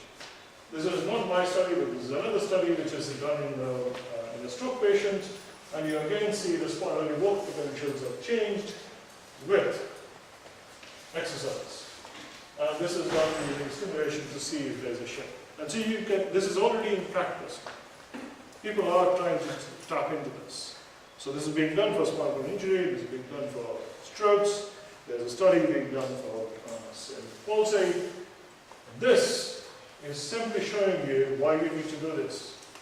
This is elderly subjects. This is normal, healthy, aged subjects. What do you notice? That's the young, that's the elderly. The signal's wider, the response is larger, things have changed. We can't assume everything is normal. Conduction velocity changes, it drops across the system. Things are slower. Even I already know that I'm co-contracting more often than I used to. So things change continuously, okay? Boiling it down to everything, this is where it matters. The drive to the motor neuron is the key. The sum effect is the key. I'm sure you're overwhelmed with the fact that everything changes with variability. Right? And that's what I was telling you, don't tell them that. But that's a fact. But if we tap into that, but we know which one is causing the most important effect, we might be able to restore that excitability just to the level which we need. But if we focus on the neuromodulatory, it might be easy. Right? So if we know that everything is affecting it, we don't activate everything, we choose that one particular thing that is critical, because you all believe in the synergies more than I do. So use that, because if I activate one pathway, I might be able to activate the rest to follow. So it automatically gets recruited because the system is already there to do it. Okay? That's a summary slide. You can read it in your sort of time, but basically, excitability of neurons, it's across everything, it's not specific. I'm stopping up for this, don't worry about it. It's a balance that matters. It changes during development, but it also changes during dysfunctions. What I mean by dysfunction is any form of disability, which is either a sensory or a motor. It doesn't have to be purely for motor. If I have a sensory deficit, I can have the same effects. And we often forget that. We often assume it has to go on motor, because that's the one that we can see. Sensory we can't. Right? So there's a whole need for looking into that. You can improve it using various things. You can do passive exercise, visual imagery, observation, gaming, all of that influences it. Active neuromodulation, you can do NMES, FES, and various things. I'm not a fan of those for various reasons. We can discuss that at length maybe afterwards. But I prefer vibration because it recruits it better. You can do cortical and spinal stimulation, which is already in practice as well. So essentially, there is plenty of evidence now that excitability is a critical thing. It is useful, but it is also can be that if you don't use it right, it can turn out to be really harmful. So we need to approach it not with a sledgehammer. We need to go with a sort of a finer tool to sort of target the systems that we're looking for. Okay? Thank you. Any questions? Everyone's too overwhelmed. I know I went through the last bunch at a rush. But anyways, hopefully that was sort of giving you some ideas to think about. Because it's sort of, I know it's coming at it very differently to what you guys are used to. There isn't a right or wrong, because we are guessing, you have been guessing. We don't know whose guess is right yet. Okay? So we need to have a collaborative work to sort of establish those ground rules so that we can take it forwards. No questions? Brilliant. Anything online? This side and the side. No, any questions online? Any questions online?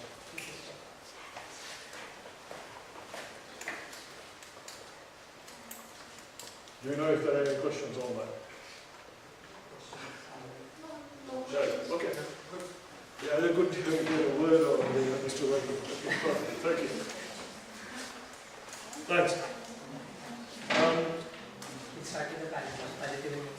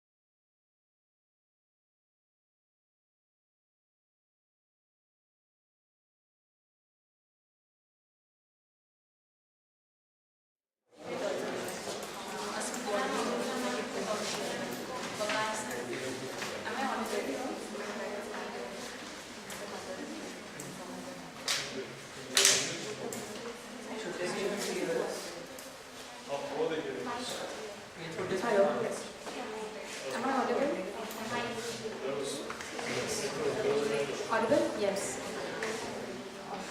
So, after a very eventful and brainstorming session by Dr. Samit Chakrabarty, we are now beginning with the panel discussion. I would like to introduce our panelists. We have Dr. Hutokshi Writer. Ma'am, she is the ex-dean of TNMC NIAD. And next I would like to introduce Dr. Smita Karazgi, Dean of the SIA College of Health Sciences College of Physiotherapy. Dr. Waqar Naqvi, he is a lecturer at Gulf Medical University, active in virtual reality, artificial intelligence and technology. And Dr. Amruta Nerurkar, Professor of Neurology Department at the D.Y. Patil School of Physiotherapy, Nehru, Navi Mumbai. I welcome you all. And here on this side, we also have, as you all know, we also have Dr. Samit Chakrabarty.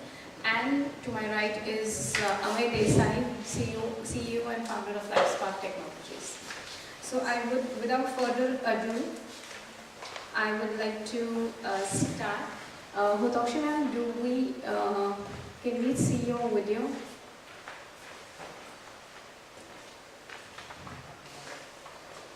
Yes, hi ma'am. Alright. So my first question is, my first question is to Dr. Smita Karazgi. Ma'am, how do we bridge the gap between neurophysiotherapy and neurophysiology, which sir just explained?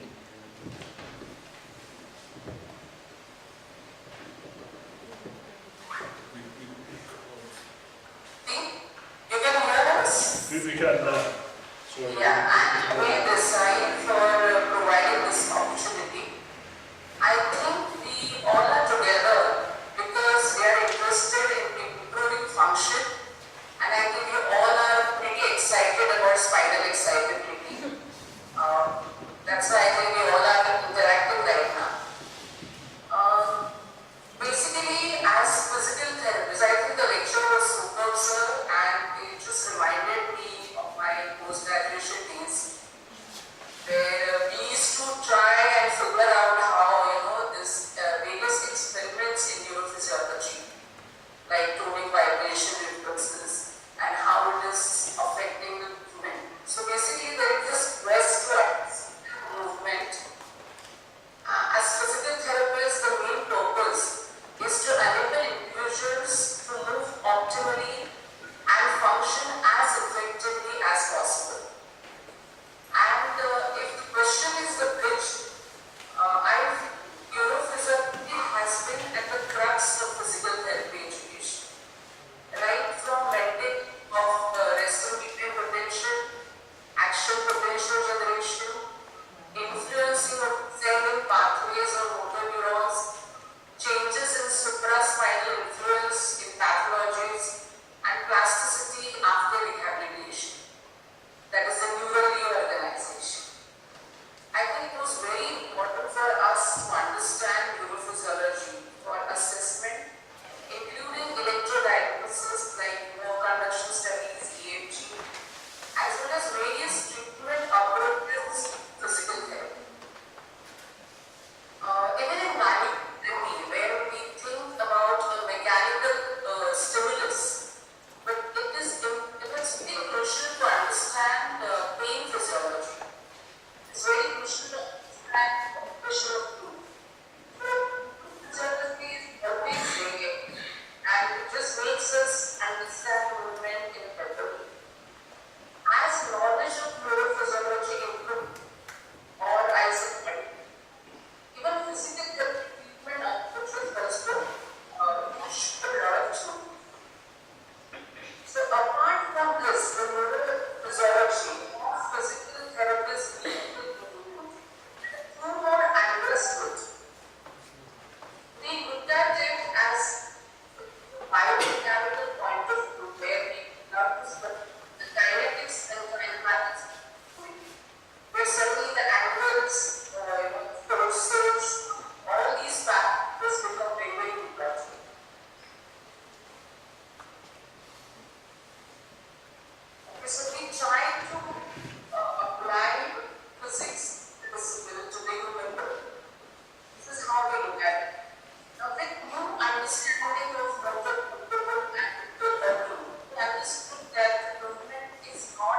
isolated curve. It's basically the input that comes it's the interaction between all. So what we see approaches patient the context of a task is specific. There is third angle approach also. Because we would like to see that individual as a whole and not in parts. So we look at various systems as well. We want to know what is the contribution of the cardiovascular and respiratory system. What is the cost of movement? Is there any produced physical intervention or higher energy cost to abnormal ways of movement? So we would like to understand all these things to treat our patients. So what I would summarize, so neurophysiology, I don't have feedback so that we can separate it. But what is as well as a systems, various systems and it competes with G2. So what I would summarize, is not a very passive, there is nothing to do with the active initiation of the patient. And this emphasis is on initiation from the patient, and there are various ways to do it. If the patient has problems in initiation, or needs continuous intensive practice, then this technology helps us in various ways. We have actually technological advancement as the physical intervention. That is not my topic, but I just came up with technology so that we can all come together. That is neurophysiology, physical therapy, and technology. The first is EMGs, accelerators, first aid, in every way to us. And body support, treadmill, training, virtual reality, everything that's just virtual independent. Because we all know that repetition and extensive practice are very critical to the motor movements and thus to better brain organizing. To really accelerate and optimize the movements. So I feel as physical therapists, we should be aware of evolving neurophysiology and technology, and if we can work together for a better outcome, I think it's to offer to us. That is what I want to say. So, I mean, I agree with most of what you suggested. I mean, the concern I have currently is the fields have deviated too far. As a neurophysiologist, when I speak, half the terms that I use are not necessarily in current part, so is not current enough for your conversations. Similarly, when you present a theoretical belief system, I call it a belief part, pardon me there, but essentially your sort of working hypothesis often has limitations, which I agree because of the timing and the ways in terms of how you can actually put it to practice. So how do you bridge that gap? Because there is a gap. As a neurophysiologist, I often see it. If I'm talking to clinical teams, I'm talking to clinicians, their need is often different from how we approach it. Because as an academic, I'm going to look at it very differently. So that gap still needs to be overcome. And I think I agree with you that the teaching side of things, yes, it still needs to maintain all the details into that. But is there any thoughts about how do we overcome that clinical gap or the need in the clinical world?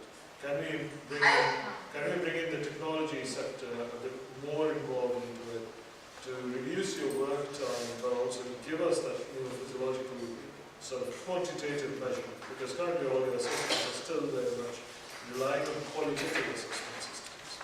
So that's kind of, I'm a big fan of quantitative rather than qualitative. That's what I'll cover.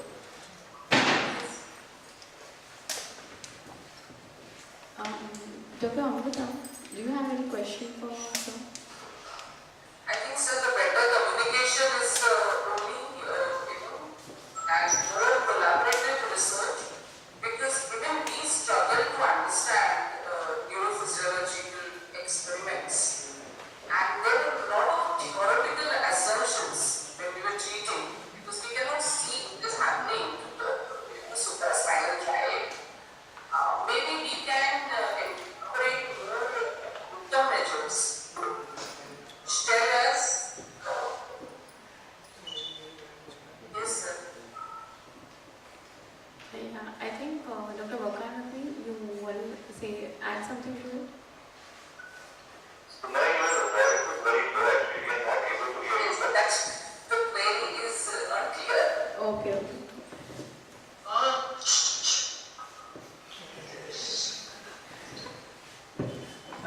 So I just wanted to close out this discussion. Can you hear me now, or is it still bad? Okay, great. So I think the common idea that is here is that there is a communication gap between the two fields, even though both could immensely benefit from each other. And I think technology can contribute here in many places. For once, we should have devices or mechanisms that can get more data from home or more regularly placed data, rather than the current model where individuals' data is only captured when they come to clinics. So maybe that is one way to bring in more quantitative data and close this communication gap. Yes, sir, please. Yes.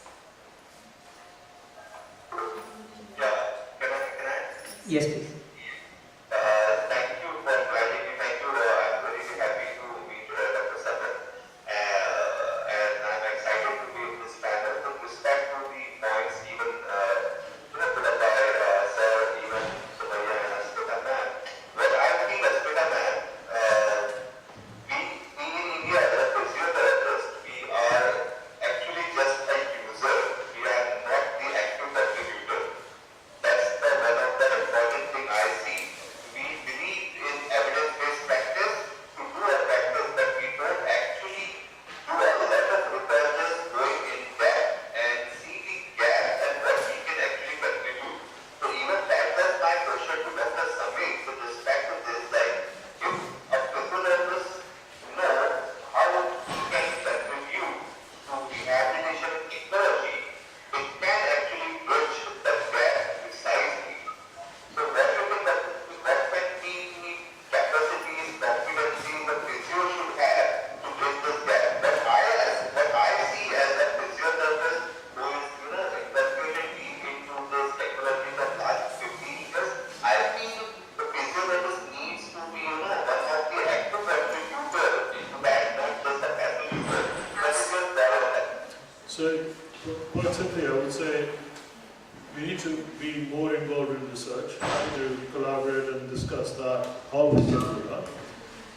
In terms of how, I have examples from China that I collaborate quite a lot with, where essentially there are physio groups who do research actively, and that has benefited them, and we also get involved in. So, yes, I completely agree that having the research active grouping means we can do better task of handling the problem locally, because one of the issues that I always discuss when I'm discussing this with my students and others is all the solutions we see in the West are based around looking at a patient for half an hour to 45 minutes.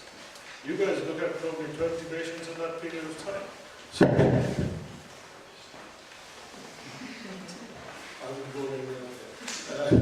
so it's that time difference, the amount of ethical rules and paperwork that we need to fill out in the UK, for example, takes up half the time. You don't have that kind of time here, so we need to find a solution to the problem which is needed here, but not do something that is done elsewhere.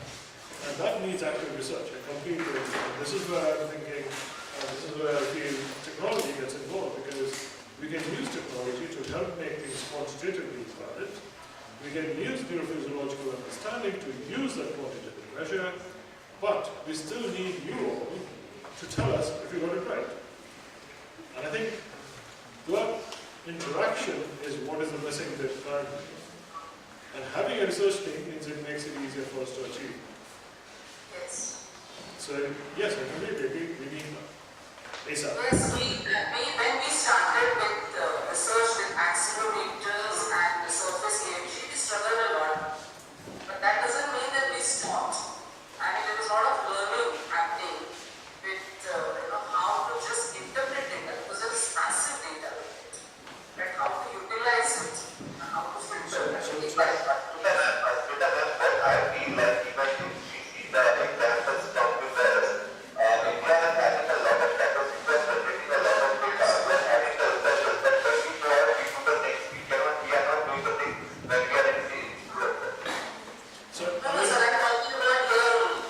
I'm talking about so this is where I feel, I mean, if you are struggling with the data, we can, between me and Alert, we can sit down and thrash out the data and look at the data. We can use different methods. I have access to students who have looked at the data. You have access to, we can set up projects where we can actually undertake these over 1 year, 6 months, whatever they are. I'm more than happy to collaborate, even if it's not official, like it's still collaborate. That's not a problem. Because it's my time versus, So if it is beneficial, that's good. yes, sir. So I think Just trying to do it alone, but having experts where we can collaborate and very tightly. I think Dr. Neruka has a question. That's his question. I think Matt raised her hand first. Dr. Shivan. Oh, right. Yes, thank you for inviting me in this panel. I unfortunately could not hear the lecture of Mr. Chakrabarty's lecture because of some problem with the internet. But yes, I wanted to make a few points here. There are textbooks of neurophysiology and so many research projects. They are hypothesized circuits. There are circuits or engrams which are hypotheses. Now this is a hypothesis and not necessarily proved. And that is why when we teach the possible interpretation of various cerebellar circuits, the basal ganglia circuits, etc., we are not able to really use these circuits for training. Now I give you an example of a Parkinson patient who cannot come from sit to stand. Now there is something like a feed-forward mechanism. So before the movement occurs, you position the posture in such a way that the movement is possible.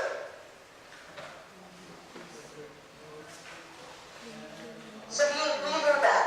Now, considering that there is so much of robotics and all, is it possible for us to first manage a feed-forward program to make the movement possible?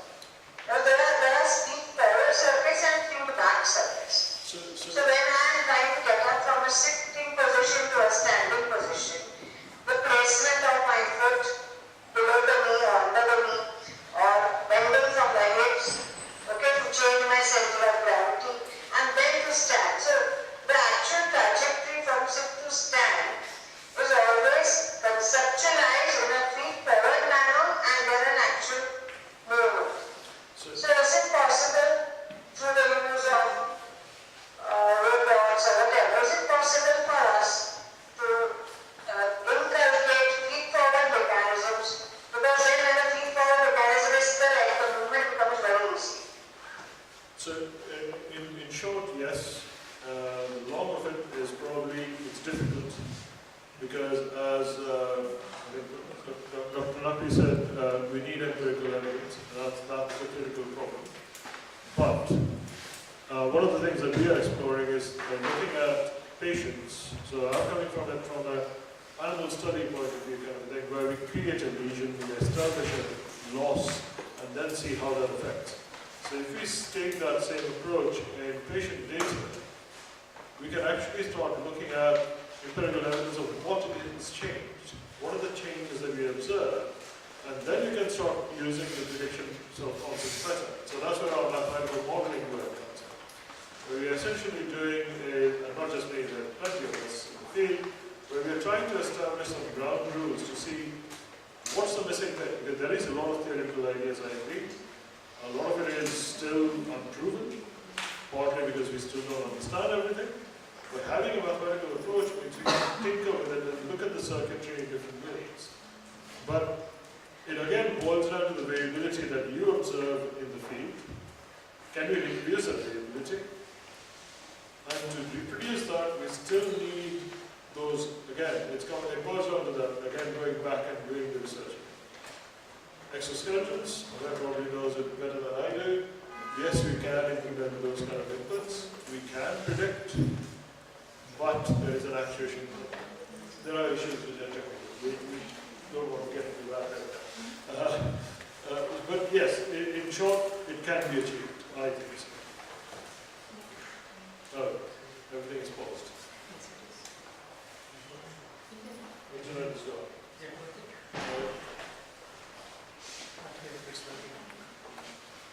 Yeah, it's completely good. It's a network problem.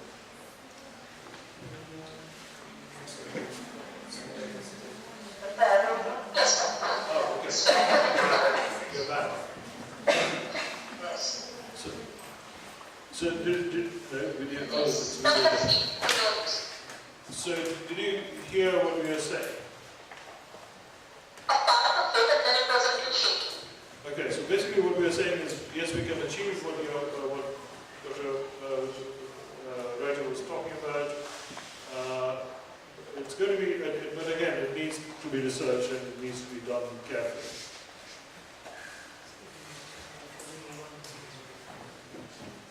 Dr. Amrita, you want to ask something? Yes. So I just wanted to sort of, actually Asmita ma'am initially put it all together in a very comprehensive way. She sort of, highlighted every aspect of what we do. So it was very representative of the way we therapists look at the whole situation.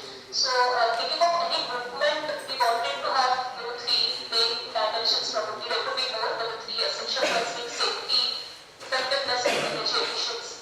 So, considering all three aspects and then trying to also ensure that ultimately it leads to the consequence of better function and better quality of life. That's how the whole trajectory is usually for a therapist. So, to answer Samit sir's question that he asked, that there should be more emphasis on the quantitative objective parameters, and then rather than most of our assessment largely ends up being quantitative.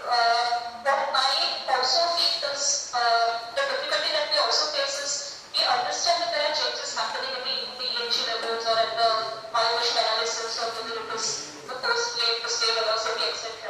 But how does that really correlate with function is what we also want to know. So for example, if I'm treating a child with cerebral palsy who is using a lot of his opus, and then I attribute it to, it may be called TLR by somebody, if there's someone else may feel that the respiratory accessory muscles are getting overactivated and the child is using that to raise the rib cage. Or maybe the alignment of the diaphragm is such that it's pulling the lumbar spine forward or something like that. And then I try to get him into a diagonal dissociated pattern, with the idea that he'll be breathing better first. Also, the head after segment is coming closer to the fulcrum, so there's less of energy expenditure on the right muscles, which are used to working for a longer duration and getting activated.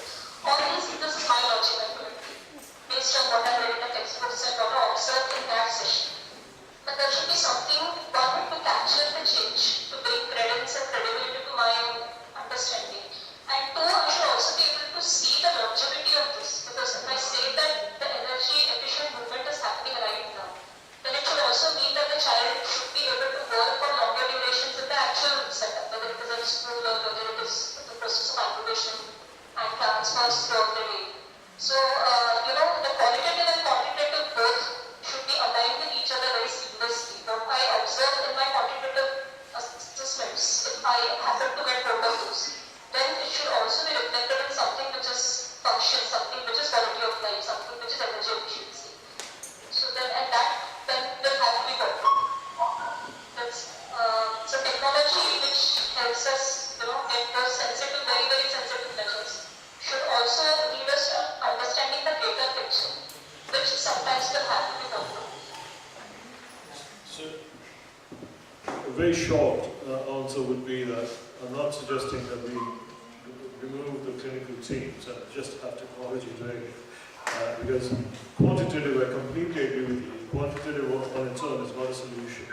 We still need the expertise to be able to actually understand how these quantitative measures actually come together to produce the functional change that you're observing, which is not necessarily just dependent on one number.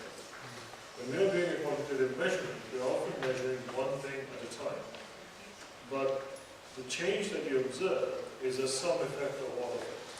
So again, it needs a lot of work to actually get your inputs to understanding how these things come together. We are not there yet, is how I see it. We have only just started looking at multiple pathways, multiple systems. And that's where the qualitative data can be useful, because there you can tell us, yes, you got this wrong. There's something missing here, which does not add up.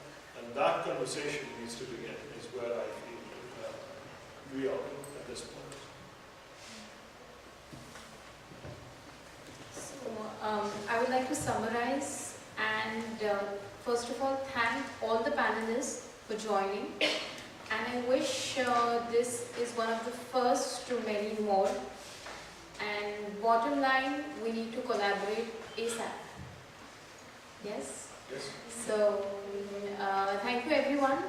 I'm ending this panel discussion. Thank you.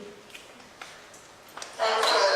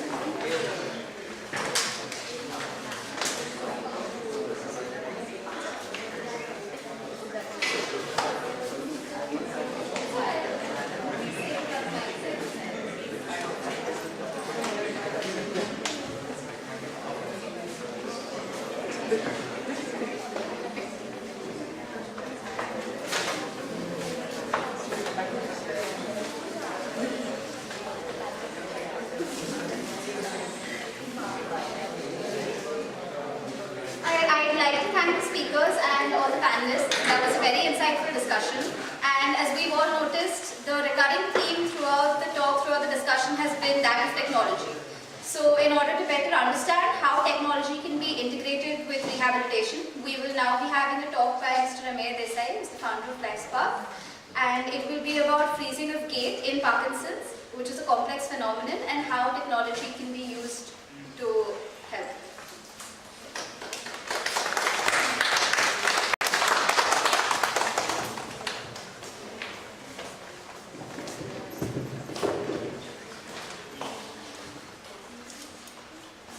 Okay. Can everyone hear me well? Right at the back? Cool. Is everyone awake? Yes. Good? Yes. Yes. Can I hear it louder? Yes. Yes. Okay. Alright. Alright. Okay. My name is Amir Desai. I am the founder of Lifespark Technologies. To begin with, I want to thank everyone for taking the time to come here. I'm going to have a very small, very quick talk about this phenomenon that we've been working on, and I'll take this in a different direction. Right? Today you heard high science, neurology, biology, all of that together. Right? I'm going to highlight the part where this all comes down and actually tries to help the patient. Right? The central theme of what we believe while working here is decentralized care. Patients who are unable to move or who are unable to perform normal functionality need to have this support in the homes. Right? And that also increases the opportunity for us to be better able to understand the actual conditions that go on. Right? There's a very nice phenomenon that Dr. Bastian Bloom from Netherlands highlights. So he says that when the patient comes to me, he never has any symptoms. He's taken his medication, he's in the on state, he has no issues, Parkinson's patient. But the moment they get out of the room, they start to have all of the symptoms that they have. So what he does is when they come in, he actually looks at them before they enter his cabin. Right? And that's where he spots most of the small clinical signs. And so I'm a firm believer in the idea that the technology today does not have to be radically different, it just has to be used in a radically different way. Right? So let me begin. Now, we are a small startup, we are based here out of IIT Bombay, and we work on medical devices and digital health technologies, some of which are on display later today. Now, Parkinson's disease is the problem that we've chosen, and we work on basically motor issues that come with Parkinson's. Right? Now, there are a lot of motor and non-motor issues, but not many of them can cause as steep a decline in the quality of life as freezing. Right? Freezing will lead to falls, hip fractures, and all those compound effects that really reduce interaction, reduce movement, and overall quality of life. Now, this is not only a problem for the individual. Parkinson's affects an entire family. Right? So, individuals are uncertain about when symptoms are going to happen, or how severe they are, or how fast they will progress, and these uncertainties need to be handled. Right? At a clinical level, we often see that the instructions we give are changed arbitrarily at home based on their experience. And I think that is a marker of the uncertainty that they face, and that is something we need to address. Right? And finally, there is a lack of data. Right? We have no biomarkers. There is a CSF biomarker now, but it's not accessible to everyone. It's not as cost effective. So we need good ways to provide data so that decisions can be better. Okay? And just a few numbers. There are 7 to 10 million people who have Parkinson's all around the world. 7 to 10 lakh in India. It is a very costly disease. Takes about 16 to 42% of the annual income in rural areas, and also a much larger number in Western nations where the healthcare system is different from ours. Now, I have listed down a lot of symptoms in the order in which in the order of the amount of disability that they cause. Aspiration pneumonia is the only one that can lead to fatal outcomes in Parkinson's, but otherwise we've got freezing, bradykinesia, upper limb issues, all of which lead to functional disability. Now, I am not a clinician, I am an engineer, so all of this is very fascinating for me.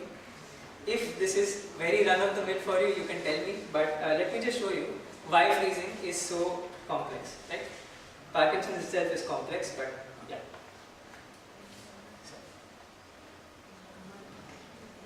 Oh, we have a technical issue, not the first today, but we'll work around it.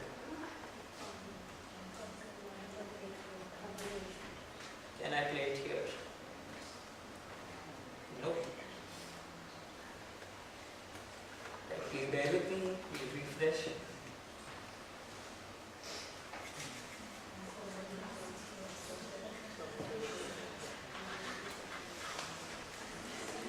This system has frozen as we were speaking of freezing of gate.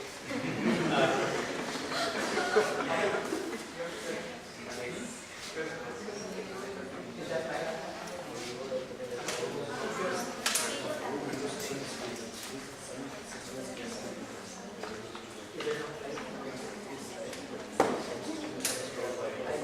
I quickly switch to mine.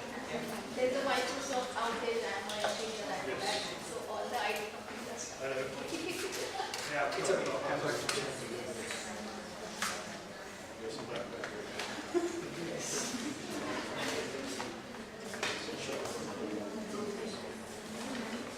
So while we try and solve this technical issue, does anyone have sort of like a wish list for what they would want from technology? we can do things, and we'll show you those things today. But have you ever wished, if only this existed, my life would be so much easier as a physiotherapist, as a clinician? Is there anything? Any show of hands? No? Right? I've lived the whole of it, so I've lived here.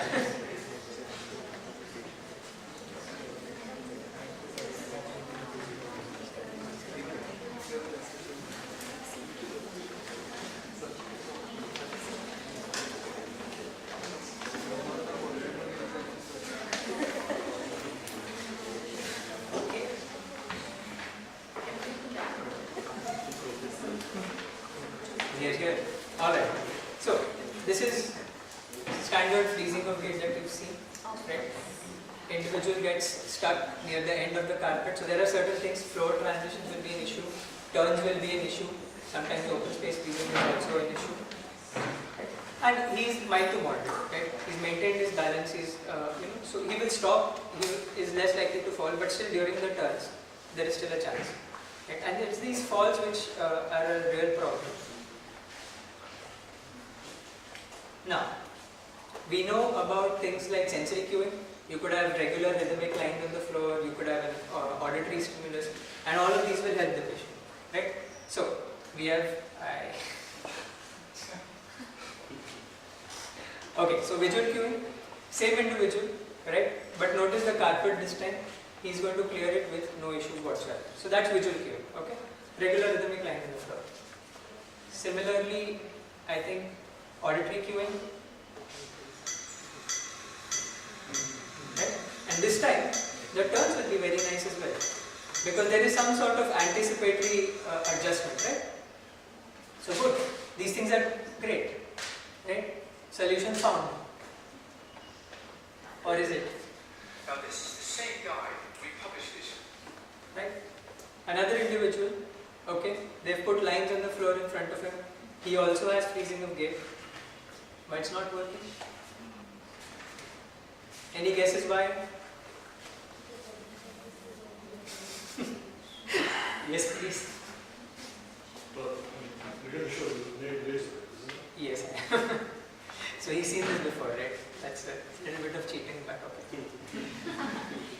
Okay, so the flat strips don't work, but as you just saw, he put little planks of wood, and the little height that it gave seemed to work, right? And maybe that's a fluke. So here we'll see another one.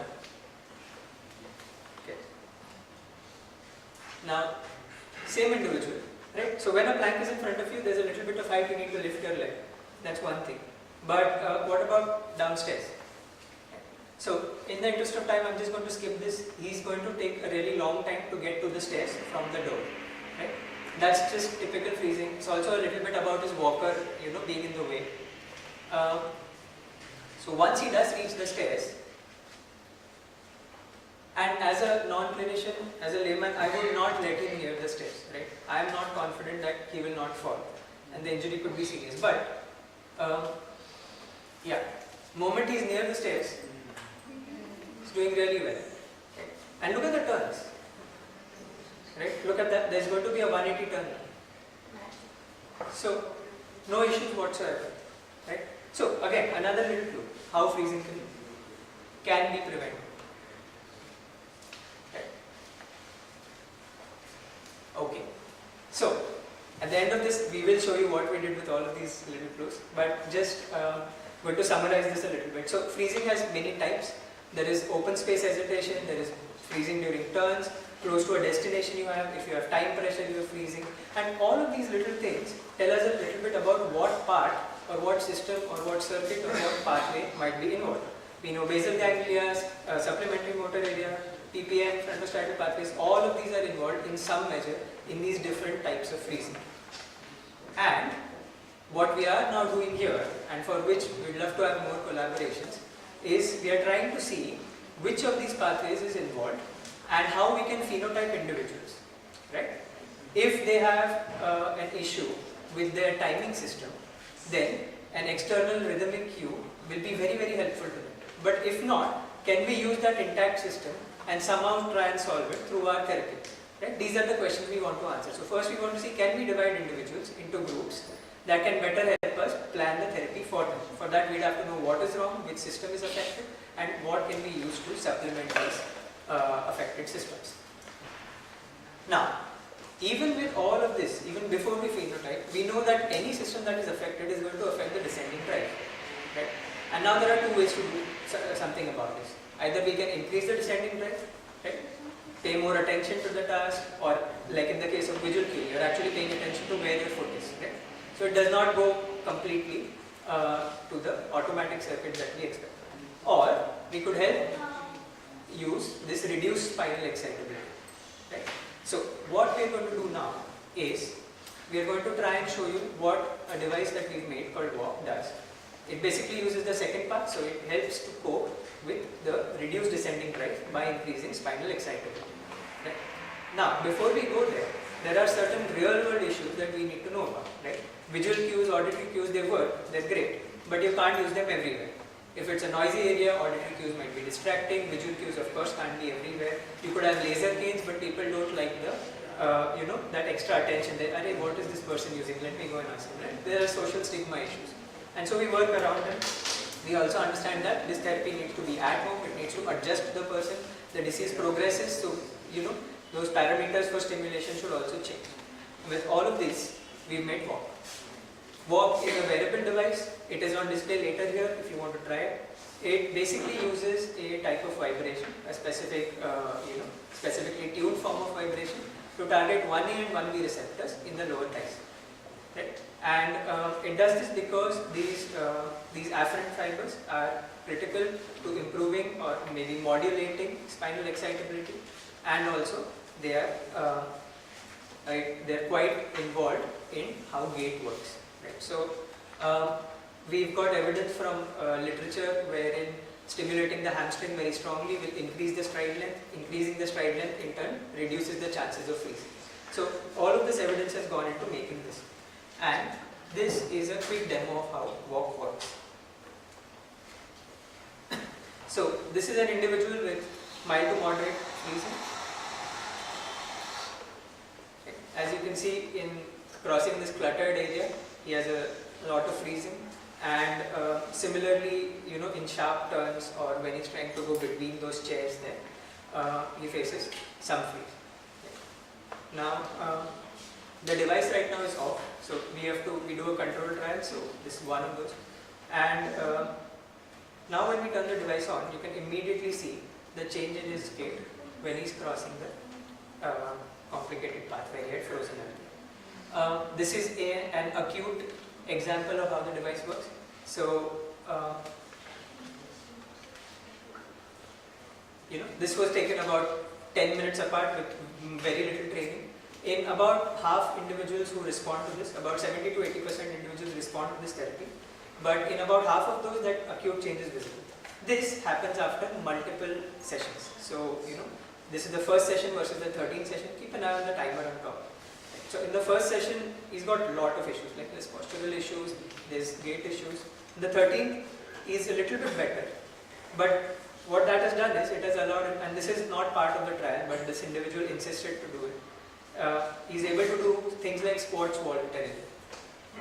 And this is the sort of change we want to show.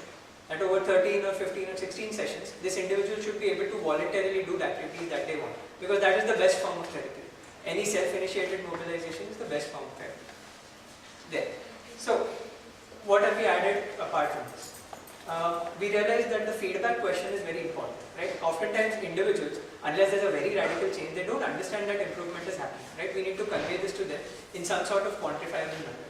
So we've created an app that goes with it, and this basically tracks their gait parameters and shows them the actual improvement. That hey, you had so much asymmetry before, but now you are better. Your rate of stepping was this much earlier, but now it's improved.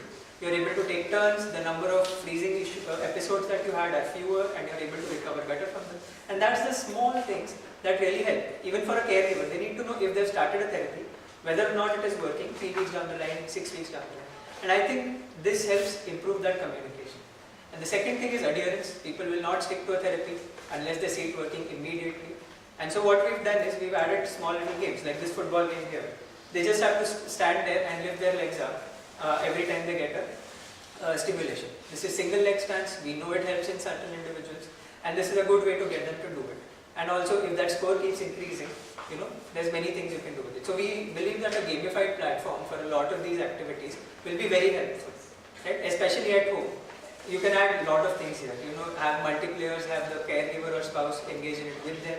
We've seen that in communities where the spouse is actively involved, patients have better outcomes. It's obvious, adherence is maintained, medication timings are maintained, so obviously.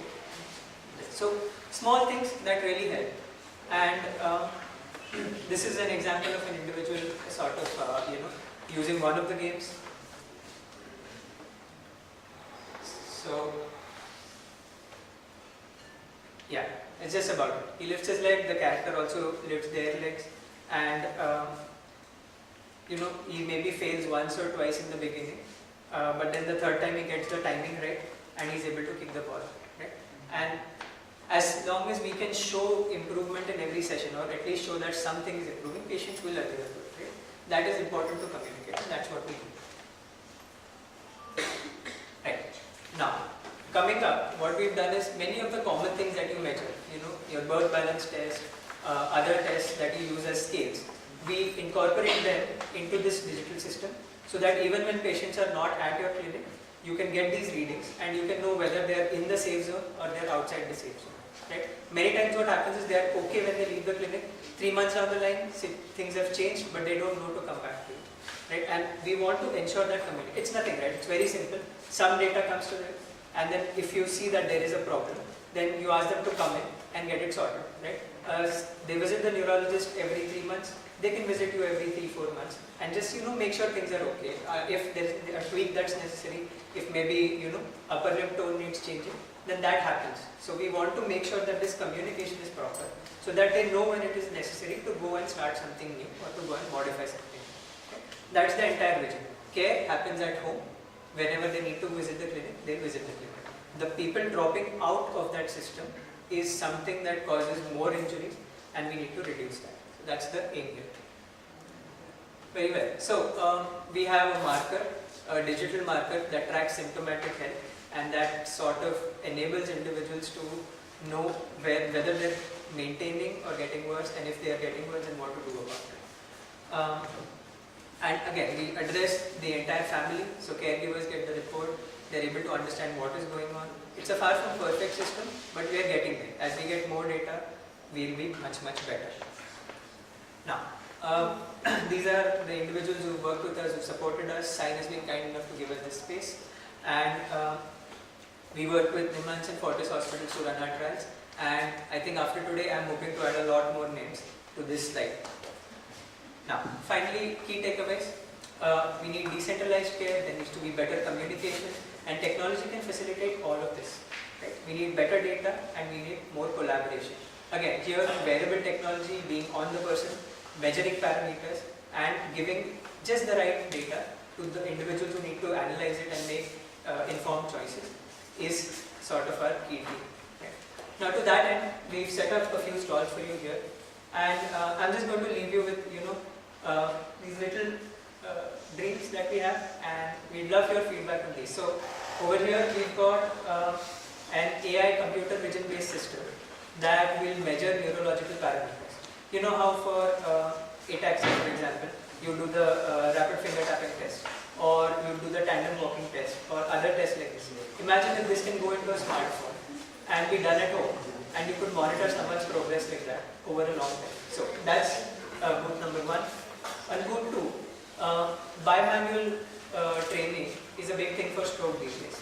So we've made a system that can basically help you train an individual once they're out of the hospital, but at home, and really sort of synchronize their movements and improve therapeutic outcomes.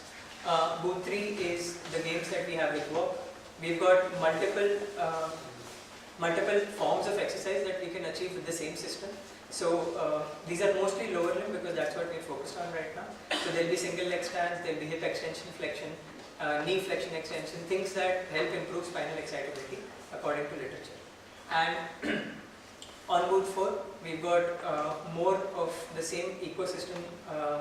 So we've got reports, how you can generate actionable insights, and yes, I think that is it. Thank you. I hope you enjoy the technology.